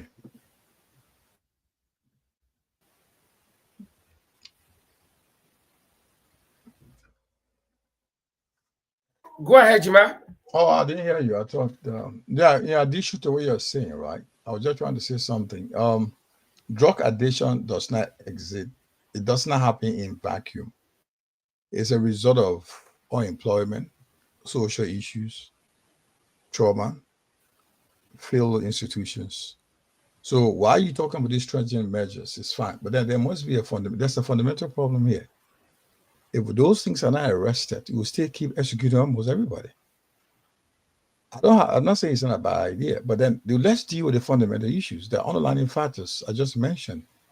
I was in Monrovia the other day, somewhere around in February, when there was a time to clean the graves. The decoration day came around. The MCC took around almost about 1,000 young people to help clean the graves, get them busy. And it was the MCC put out, so called small MCM, so small medium businesses. They were registered on this thing. Everybody was carrying harvests and working. Central Streets, Galley Streets, Nipple Street were all busy. They got the people busy working. Their minds were busy. They were working. There was something into their pocket. But then, will that continue? That's another question. So the problem is, it's a result of something. So how can we deal with those situations first? I need to all know what happened in most advanced countries. The drug addictions are more high-class people because poor people can afford the high-class drugs. They happen in other countries as well. But Liberia is the unfortunate one, the disadvantaged one. Those are the ones that are taking it. The big guys are taking those ones. They can also treat themselves. But if you see the amount of people, it's because of these issues. So we need the government to understand these issues. There must be a way to address these issues. That's the fundamental problems. Then after those things, now you can come with, I agree with your strategy measures you're talking about. But we need to settle, or else we're going to be executing almost everybody in the country. How much of us? If a country, out of 5 million people, out of 5, 1 person is addicted to drugs, then it's a serious problem. 3.5 million, almost $3.5 million was allocated to go to fight against up to for the budget 2024-2025 to fight against drugs. So what has happened to that particular money? What has been done to solve the issues? We are not discussing that. That's what the government should be telling us. So I want to know, I'm interested to know what happened to that allocation. Is the budget being passed? If it's been passed, what has happened to that money? So they say Kus must go. That was the term for that particular program against the drugs, to get rid of drugs. As a fight against anti-drugs campaign. So those are things we should be raising issues on. So we'll know which way the government is going in terms of addressing the situation. So let's look at the fundamental issues first that lead to drugs. Drugs addiction never happen in vacuum. It must be the reasons why it's coming from. Especially there's people that are involved in the drug. So that addition to what you just said. Yeah, Jimmy, can I just Paul, want to go, but I'm there quickly. I mean, you said $5.4 million was no, nearly. According to what I heard. The budget, Liberian budget is not I would say fixed in terms of the monetary value. It's always projection, So the reason why they always have budget short for they will allot $10 million. And end of the day, the DEO they get 200,000 or 100,000 in the JFK. All the money is so that's it. Right. So yeah. You're right, Francis. Among what I'm saying, even if it's 100, 200, 500,000, there must be something set up for the anti-drugs fight. So there's something. Yeah, I agree with you. They'll overestimate something and say we're going to do this. At the end of the day, we overestimated it was not the right way. But then the government should also be clear with this and tell the people what they've done with the anti-drugs thing. Government must declare. I want to repeat this. And drugs addiction enemy number one. That's how it go, and it must be serious with it and take actions on this. That's what I said. You can only make it enemy number one when you declare emergency on it. And you guys are discussing a very important factor, which is the budgetary allocation for drug.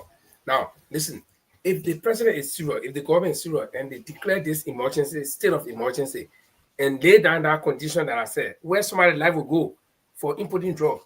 So people who are responsible for this money to fight against drugs, they themselves be careful because we'll be held accountable. But there are a few things in Liberia that even people will not want. Like yesterday, I was just sitting there, I saw a lot of people marching. I said, "Oh, it's against drugs." And the people who are marching, some of them were even high. Okay, it's against drugs. But just say, declare or go and organize a protest against corruption and see how many people will come out. Those same people saw instead this morning when I come outside, no government official do not come outside. I think I want to ask a question. Probably Francis. Oh, Paul, go on. Sorry. Paul, want to say something?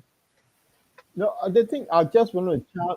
Yeah, I want to say something. I just want to chime in, listen to you and the idea that you and Lthe put forward. Guys, the key issue here, look, Gemma, although you visited something, the particular play that I woman show. Where is that? I can't remember. Where is that again? 17. Central Street. Before you get to the graveyard, there's one building over there, dilapidated, that where they live. They even live in the graveyard. If you go in there, cemeteries. They live in a graveyard. There's a building. No one in that building. That's the building that hosts them. I'm telling you, if you enter that building, you come out, you're just going to break down. This is just Central Street. Go across the beach. They live in a market, Nuku Town. After the people leave, that's where they meet. If you go Douala, going to the seaside, they get a whole ghetto there. It's all over the place. And that's not only in Monrovia. When I went to Banga, the same thing. It's Buchanan, the same thing. It's just all over the country. And the root cause of these young people taking drugs, that the root cause have to be identified. And that root cause, we all know the root cause is based on hardship. Now, if the government can start addressing the root cause, sometimes we say the root cause is based on hardship, right? That's the basis. But sometimes peer pressure. No, you and I, all of us, we grew up as children. Okay, you think I learned to play basketball. I learned to play table tennis. I learned to play football. Everything because my friends were doing it. When we come from school, everybody going running early campus to play basketball. We go to YMCA to play table tennis. You know, you see your friend walking with a table tennis buying your hand. You also say you want to play. So peer pressure can sometimes be the case. So imagine when you and I were growing up. Okay, so what is that much harder that the child is going through that will lead him to go smoke or to go start drinking drugs? Okay, the money that he can even hustle for to take drugs, why can't he use it to do different things?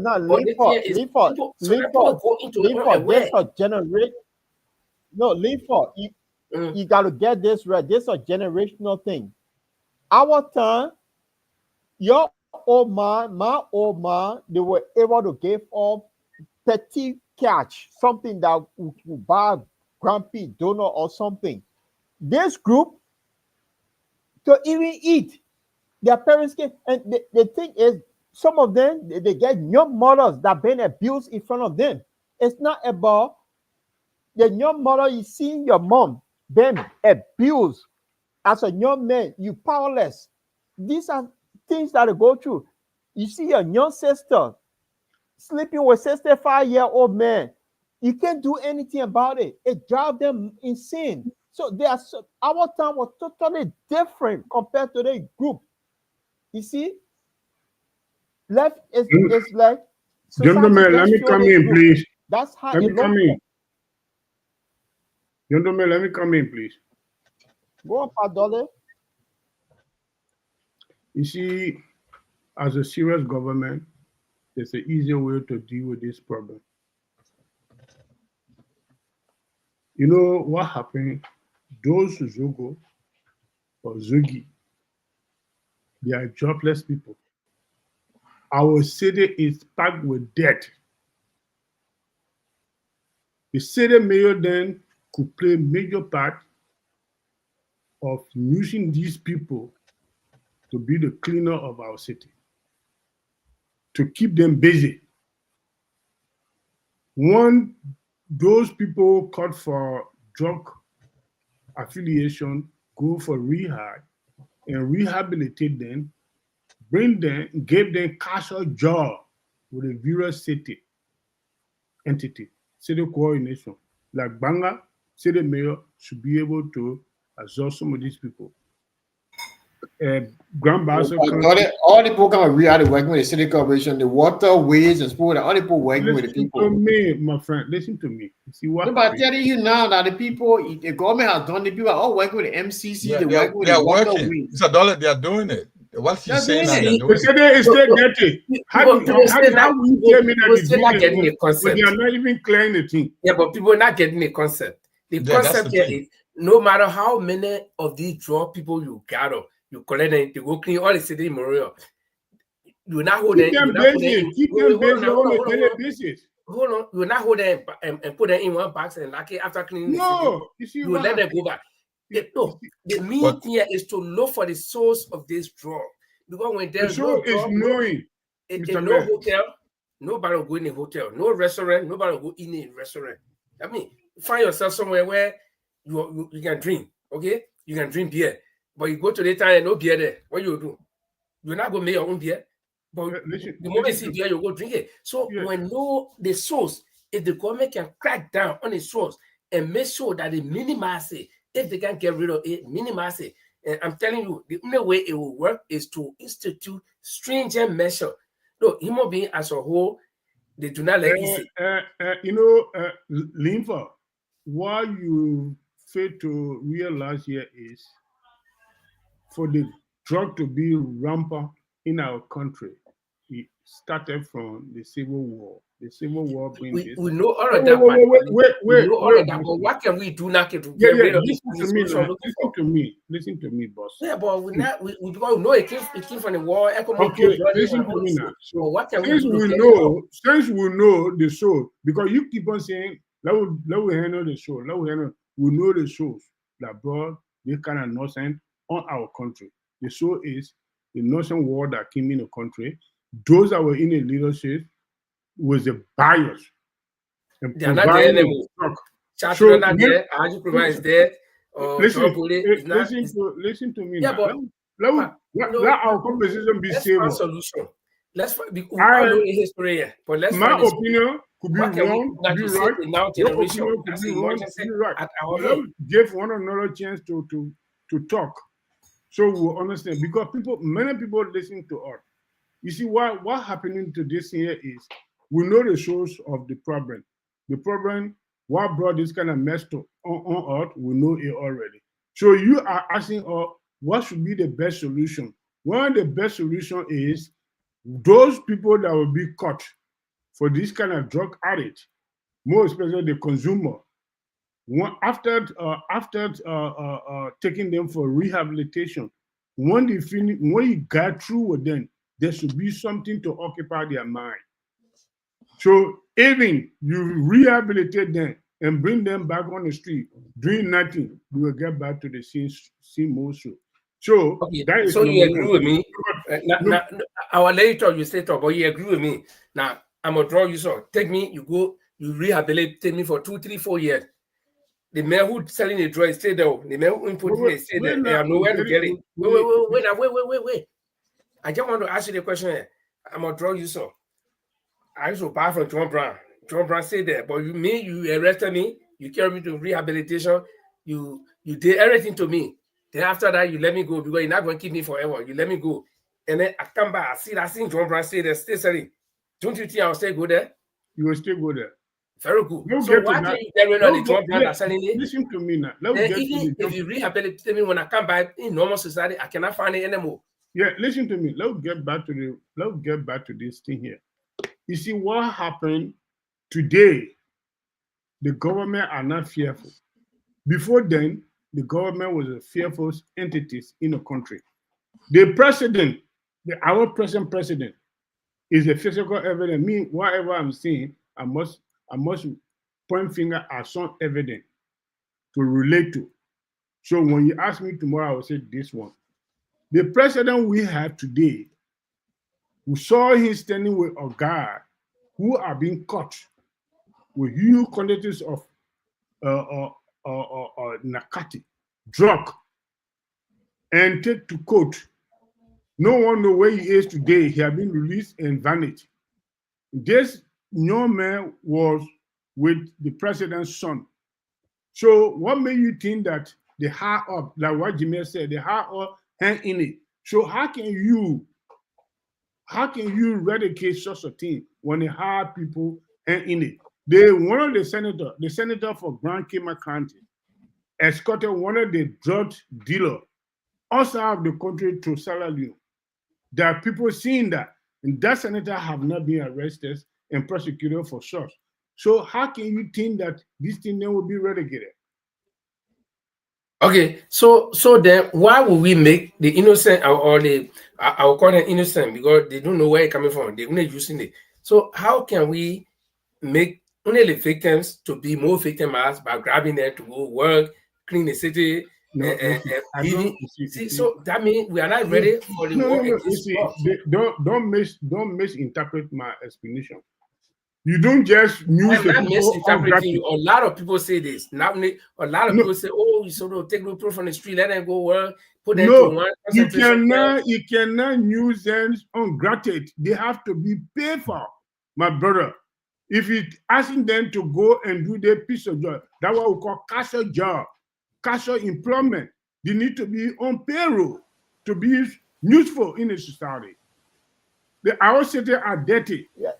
Some of these people then can be used to clean the city and be useful, and you're not going to use them on gratis. You have to pay them for it. So money should be allocated. Every resident of our country should be mandated. Okay, Paul, come in. Paul, let's hear Paul. Let's hear Paul. Election to the city council. Paul, would you not hear what we can do? Gentlemen,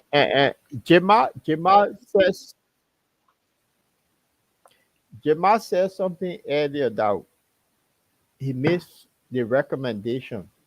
And in that video, he said the youth have to be involved, the users. The users have the answer to their own problem. They said it in that video. So, and what Pastor is saying here, We got our government official that going around building market houses, say the building market. Why you can't build a bloody rehab center to put those people in there, watch them all the job? Why we have a lot of psychologists around the place, help them, and then when you get to them from there, put them into employment. What they want, they will tell you. The user have the key to this, and that's why it's lacking here. Paul, we also forgetting something. You see, every time we talk about the current users, it seems as though everybody get focusing on the current user. But remember that there are children growing up. No. There are two things here. The provider, they are not many. The user are more. They are your security risks. So you cannot overlook them. So if you have a rehab center where you get these guys off the street, that's one. Then the second aspect, the particular user will be telling you this is the provider. They're going to give you the information. Then you go after that. And your suggestion, whether it's a capital punishment or what my suggestion to lash there every morning on Broad Street, this is what they come in place. So you're not doing it one go, you're doing it by, it's in sequence. You're getting the young people off the street, they're providing you information, you're going after those who are the key players. Because if you catch one dealer, the dealer will tell you who the big hands are behind it.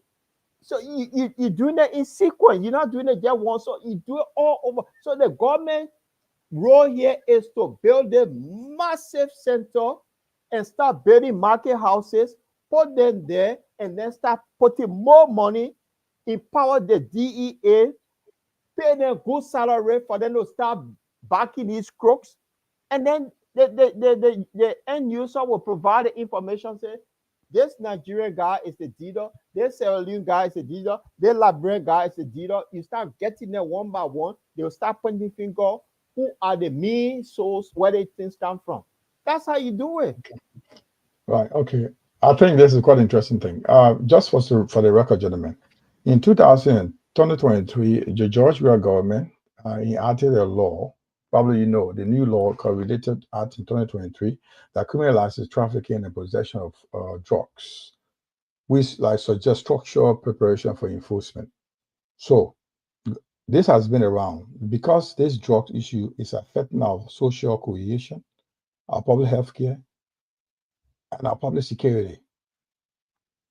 So what we're looking at the present leadership, for me, is lack urgency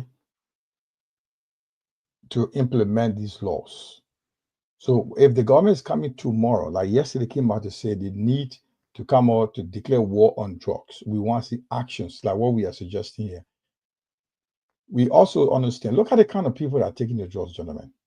They can afford. What kind of drugs are they taking? Go to countries that are drugs, go to Colombia, other countries. Look at those that are addicts. See the addicts there.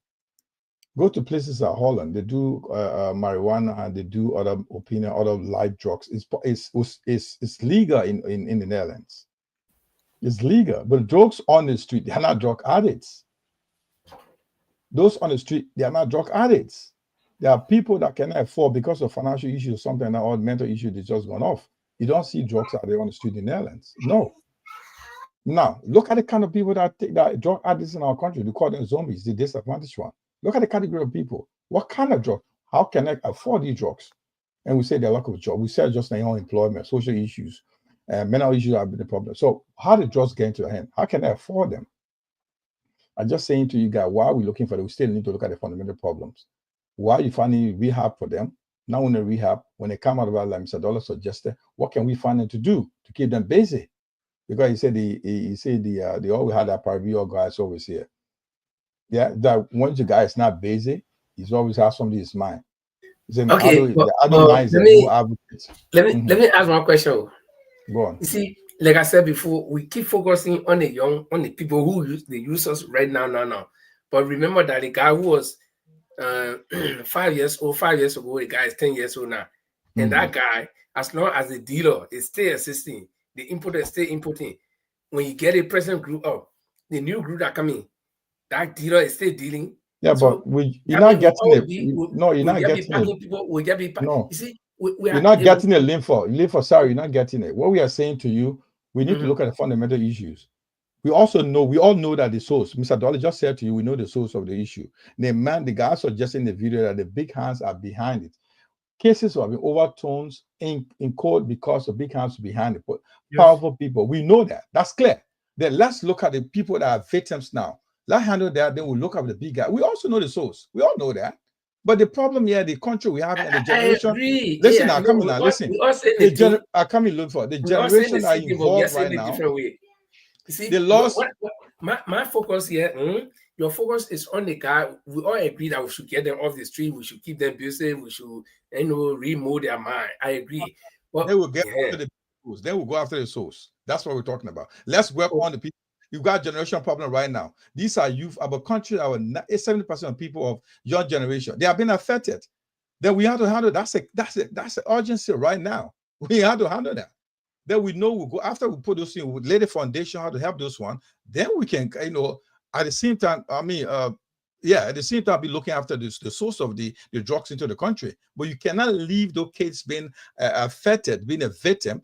Addiction is at higher peak. The drugs addiction is epidemic in Liberia. It's affecting every structure of lives in our country. Let me tell you, the drug epidemic is a war, and the war strategy goal. Imagine that you are one general, okay? You're fighting a serious war on the front. You think you will say, okay, let me leave the people military base where they supply all their bases, where they got all the arms keeping. Let me just fight and kill all the other soldiers before I go take that base. No, you look for the base, destroy the base. Once you destroy the base, the people at the front, they are powerless. So the moment if you arrest people if you look at it,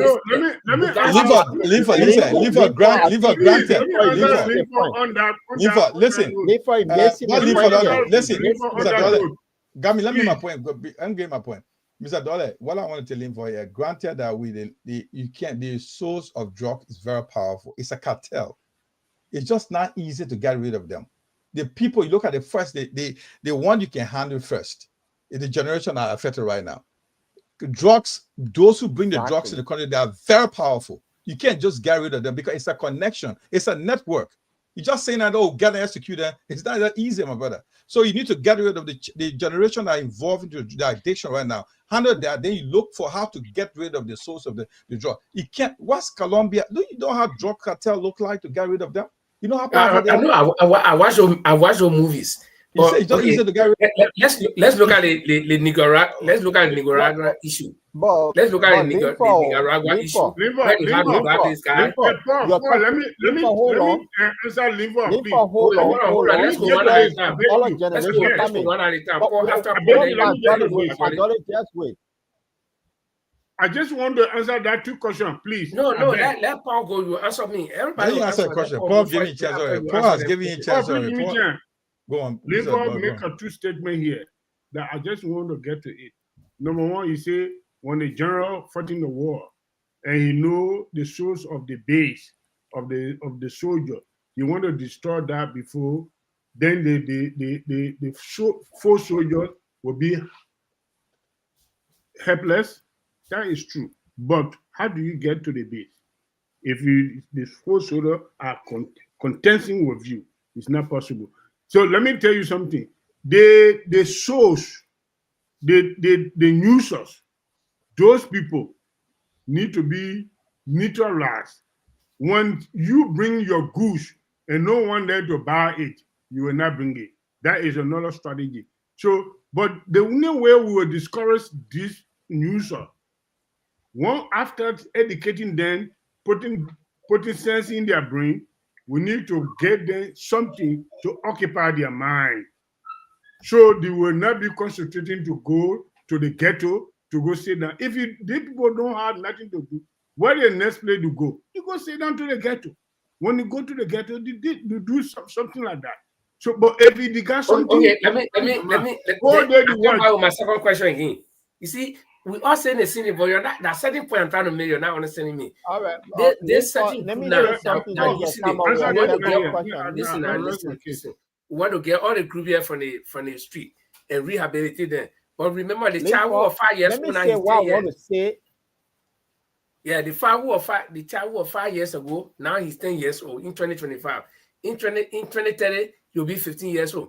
And the dealer stay there. We not take the first group, we get in. They'll always recruit new people. That's my point. They'll always be. Why you thinking say you will be the But why business? you saying like that? People who doing strategic something attack, they think they'll just attack one, leave one. They're gonna work together and see how they can get the source under control. You can't just work like they are not stupid. They know what they're doing.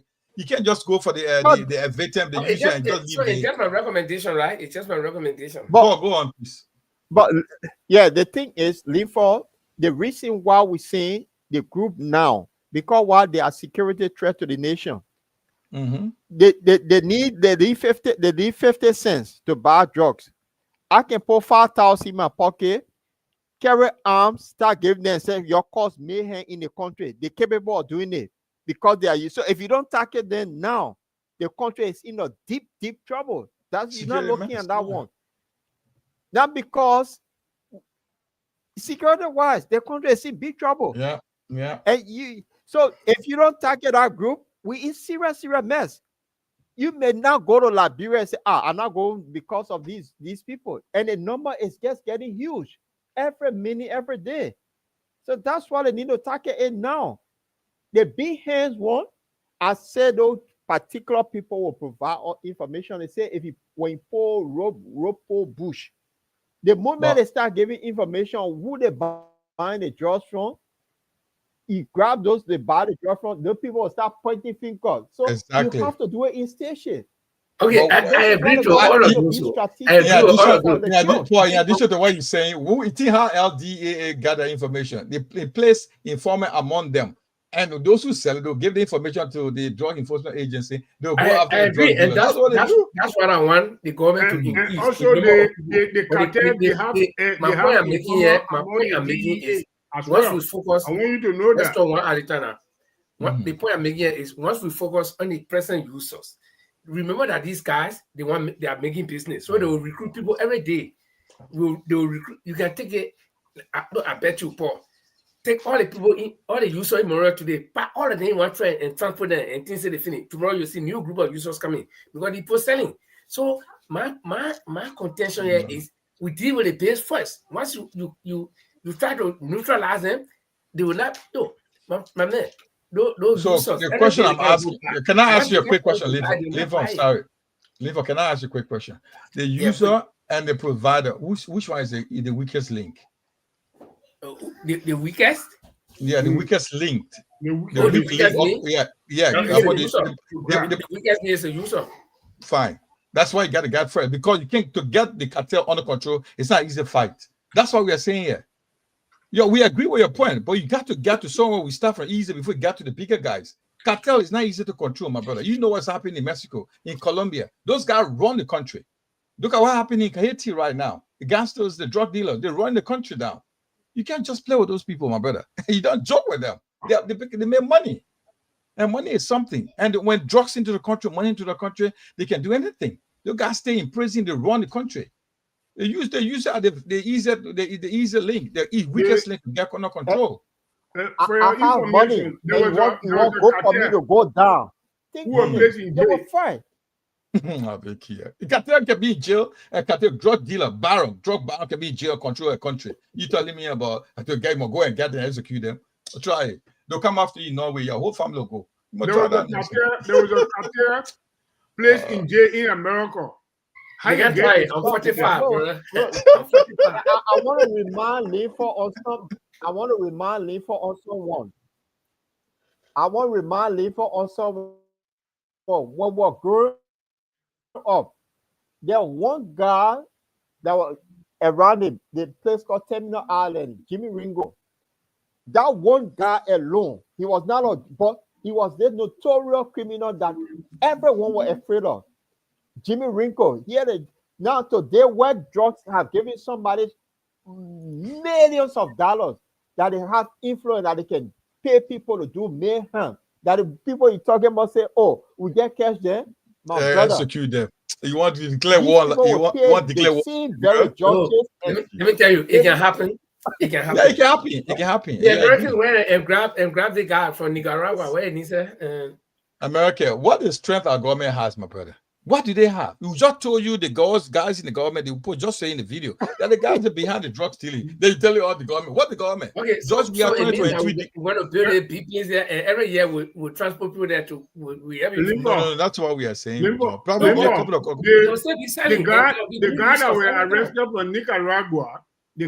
arrested from Nicaragua, it was not a drug cartel. It was in the Noriega. Ortega Noriega. You say you are not drug dealer. Jelly, I think go read about him.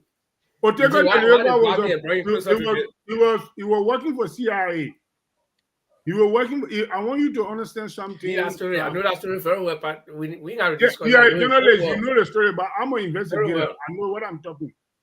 Ortega Noriega was a member of the CIA. Even when America even when America get through with him, friends picking up, that's where he remain in jail and die. Ortega Noriega. So that man issue was Manuel Noriega, and you know why? You know why they took him and brought him there? There was something. There's a long story, probably Lthe. But I think, guys, it was a good show tonight, and all we're doing here is we are finding solution to. Like I said, I'm a good-hearted person. I can't even slaughter a chicken, but you know when situation comes, it dictates what people do. So we are all finding solution to this drug thing, because imagine that we have a security threat to our country, human resource depletion. Okay.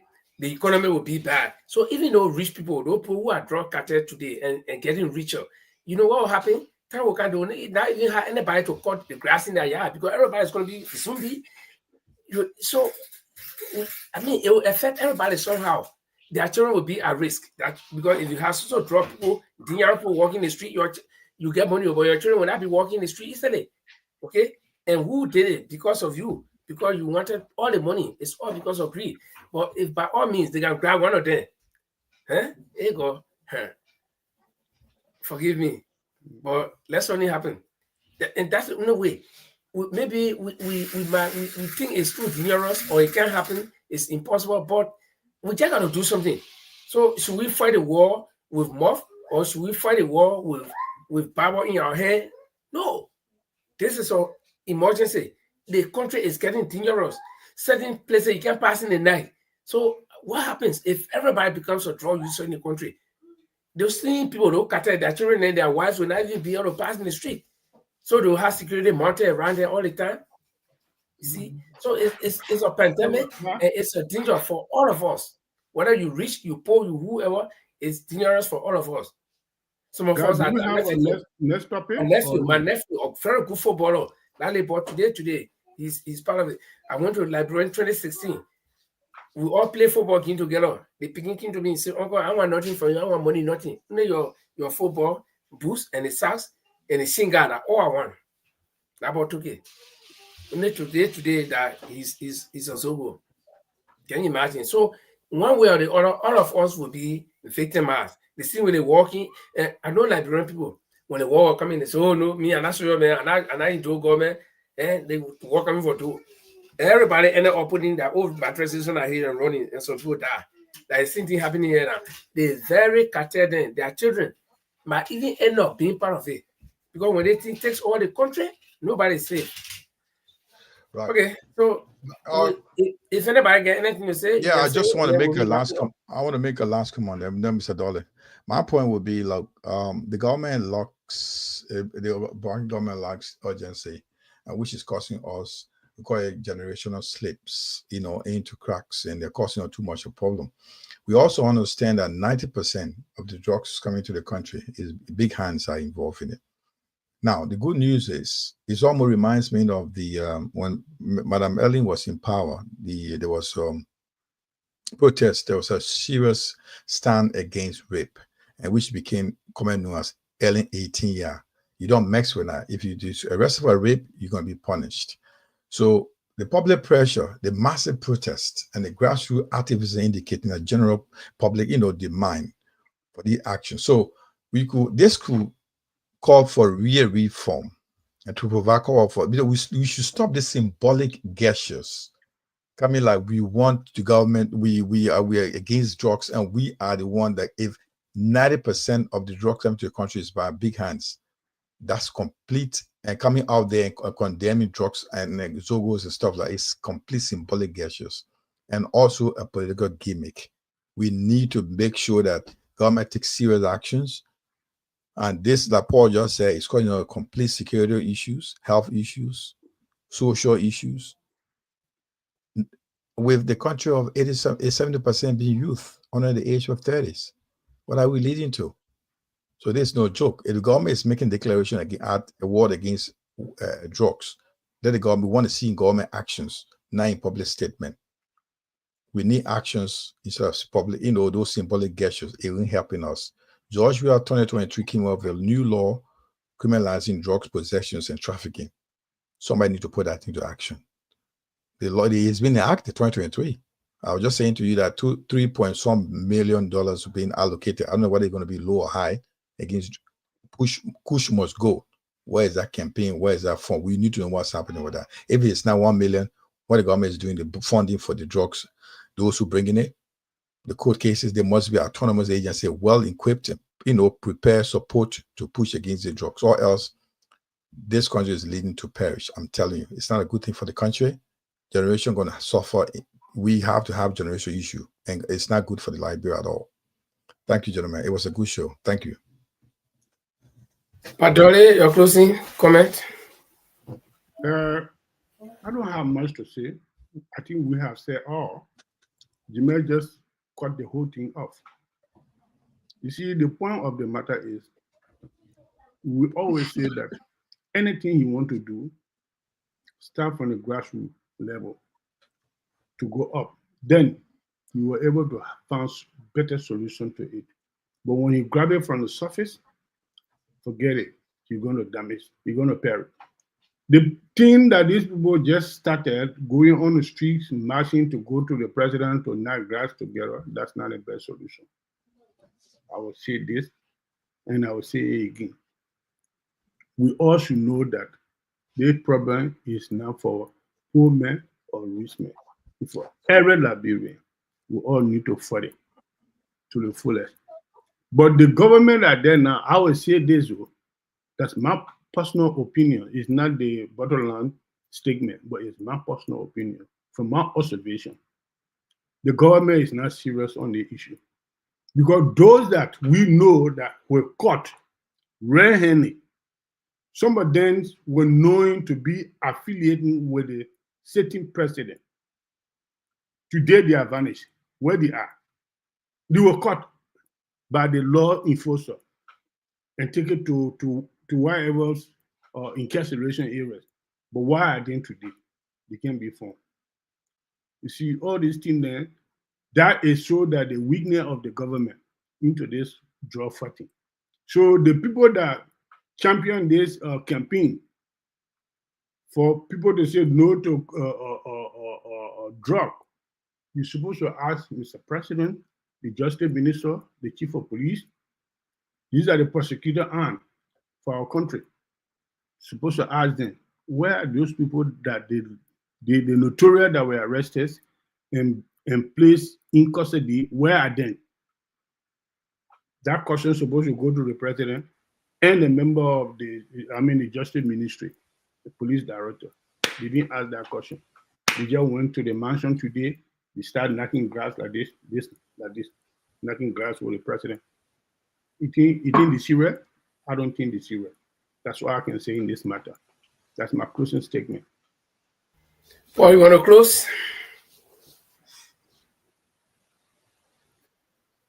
Well, I want to say thanks, gentlemen, for the show. It was a good show. The discussion was good. And the recommendation, if the government is listening, they should add on it. It's an emergency situation we have in Liberia. But to the protesters as well, I didn't know my country, Liberia, that people can gather to go petition the government. Why when it comes to this issue, we have people and the government still got involved. But when it comes to telling the government start stealing, then the war will be coming to Liberia. So you see the hypocrisy in there. Could you imagine government officials were part of the protest as well? So they know that to ask the government to do the right thing. They were even planning it. I saw a statement from the Ministry of Information. There was a planner. So think on this. So they know that protest is good. But tomorrow, me and you get us say, look, let's go tell Joseph Boakai for stealing our money. Then we will bring war. This is the nonsense that I don't understand. So you know it's in the constitution, you accept it. But the other bit that say, oh, because it's national issue, so we accept the one. But yesterday we had STEM that decided to ask the government for the bad things that they're doing.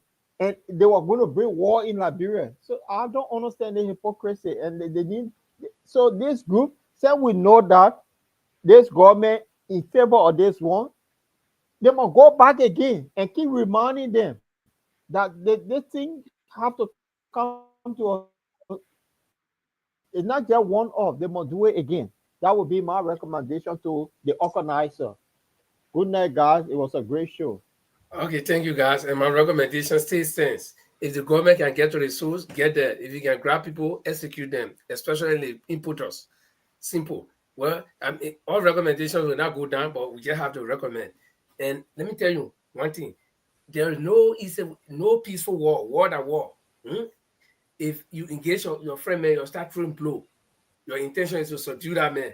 And so you fight with all your might. So if you declare war, especially this is a silent war, a war that you don't know your enemy. You don't know where the drug coming from, but it's your strong enemy. So if you're fighting it, you look for where it's coming from. When you find it, make sure you deplete the base. Totally deplete it. No mercy. We get 4.5 million people in Liberia, and about 2 million of them are already affected with drugs. So they're pushing to 3 million. The entire country, my children and their parents might become Zogos. The whole house must become Zogo. And then what happens? You lost a whole generation. And we're talking about 2-3 generations. We are looking at the group now. But imagine, look at some people were pregnant in that video. I know the children are born by now. Guess who they will be? And listen to that pathetic thing again. Say, some people can sell their children. Amen. How inhumane that sounds. That you born your people, then you sell it. Have anybody known why, or does any one of us know why they call Jomo Kenyatta? Why his last name is Kenyatta? That man, he didn't know his parents. He didn't know his parents. He was born and abandoned on the train track in Kenya. The track workers found him, and government took care of him. That's what they call him Kenyatta. And this is a man who went, government sent him to school through all. He went on to become president of the nation. What if he had died that day? They would not have a Jomo Kenyatta as president. You see it? So it's a lot of things. And these drugs people, the people who are importing this thing, they are doing it for their own interest. They're getting the money. Then they're risking the entire nation. So all of us are going to die. We are going to perish. So if you catch one of those people, amen, here you go. You'll do the thing what I thought. I want to repeat it again. You'll do it. That one person said, the other people, their eye will open. So we hope government will take all the suggestions that everybody is making. It's millions of suggestions coming to the government from all angles. And government, they want in that opposition business, no opposition business inside that national effort. That's why they protest or they march. There were opposition, there were government, there were ordinary people who are not part of anything. So we hope that this fight will go into it with our all, not only muffed up. Because we are already hearing that government officials are involved. Don't you go talk, we'll fight corruption. In that corruption, you not see people marching. That drug, at least nobody want to show themselves, but the corrupt people know them, so they will not march. Because some of them marching, some will go hold them like they say, you corrupt, move from the land. So the drug thing here, let's put effort. That's all I can say for now, and we'll be on it until something happens. And trust me, something will happen. If nothing happens, the Liberian people themselves will start to go look for the sources. No, let me tell you, Paul and Jima, the people not stupid, Liberian people not stupid. Some slim people that are on the line yesterday, they know who's selling them. They know the places, but they don't want to take a law in their hand yet. They're giving the government the opportunity to act. Now the lawmakers say they will be acting. what action they'll take, we're waiting to hear. And from there, then I think there will be the real war will start on track, and we'll see where people will take it. Some people will fight it individually, and the government will fight it as a government. Thanks, and have a nice day. Paul, you want to take us home? I'll take care of you, don't worry. Okay. We want to introduce you to a young Liberian singer. This is a platform where we bring in young Liberian artists. So this time I want to bring a girl called Toma Baby Foya. He said you can play that for you, but I'm not here. Now in Maryland. So let's introduce a new artist on the block. Happy ENT, baby. Give me that. Toma Baby. Boy, give me that. We get swagger, we get dresser, we get Scooby-Doo. We get Casabonne like Jackie Foam. We get Palopo, we get Slippin', we get BBQ. If you say you grown up, I say I grown up too. Boy, anything like open while I flag and die inside. So Jebby there, you Jebby talking plenty. If you feel you're not enough, then you want photo copy. Boy, you and your grown up, man, it can make me scary. Lying for ya, boy, lying for ya. If you feel you more than me, then lying for ya, boy, lying for ya. If you feel you too much chronic, lying for ya, boy, lying for ya. If you feel you more than me, then lying for ya, boy, lying for ya. If you feel you too much chronic, lying for ya. When Grona Messi, Grona make it hard. Look at Johnny picking, one can you show on my fly. You're the tell us some of back into my son. Let them know they real casa on the block. Because you can to go, you will see them all around you just to eat a so. You see tell like Camo play, you tell like Lulu. Even if your phone not on, they blowing fire for you. That one I'm making you so lazy. I'll live my life like I get no Oma and Pape. Boy, anything like open while I flag and die inside. So Jebby there, you Jebby talking plenty. If you feel you're not enough, then you want photo copy. Boy, you and your girl,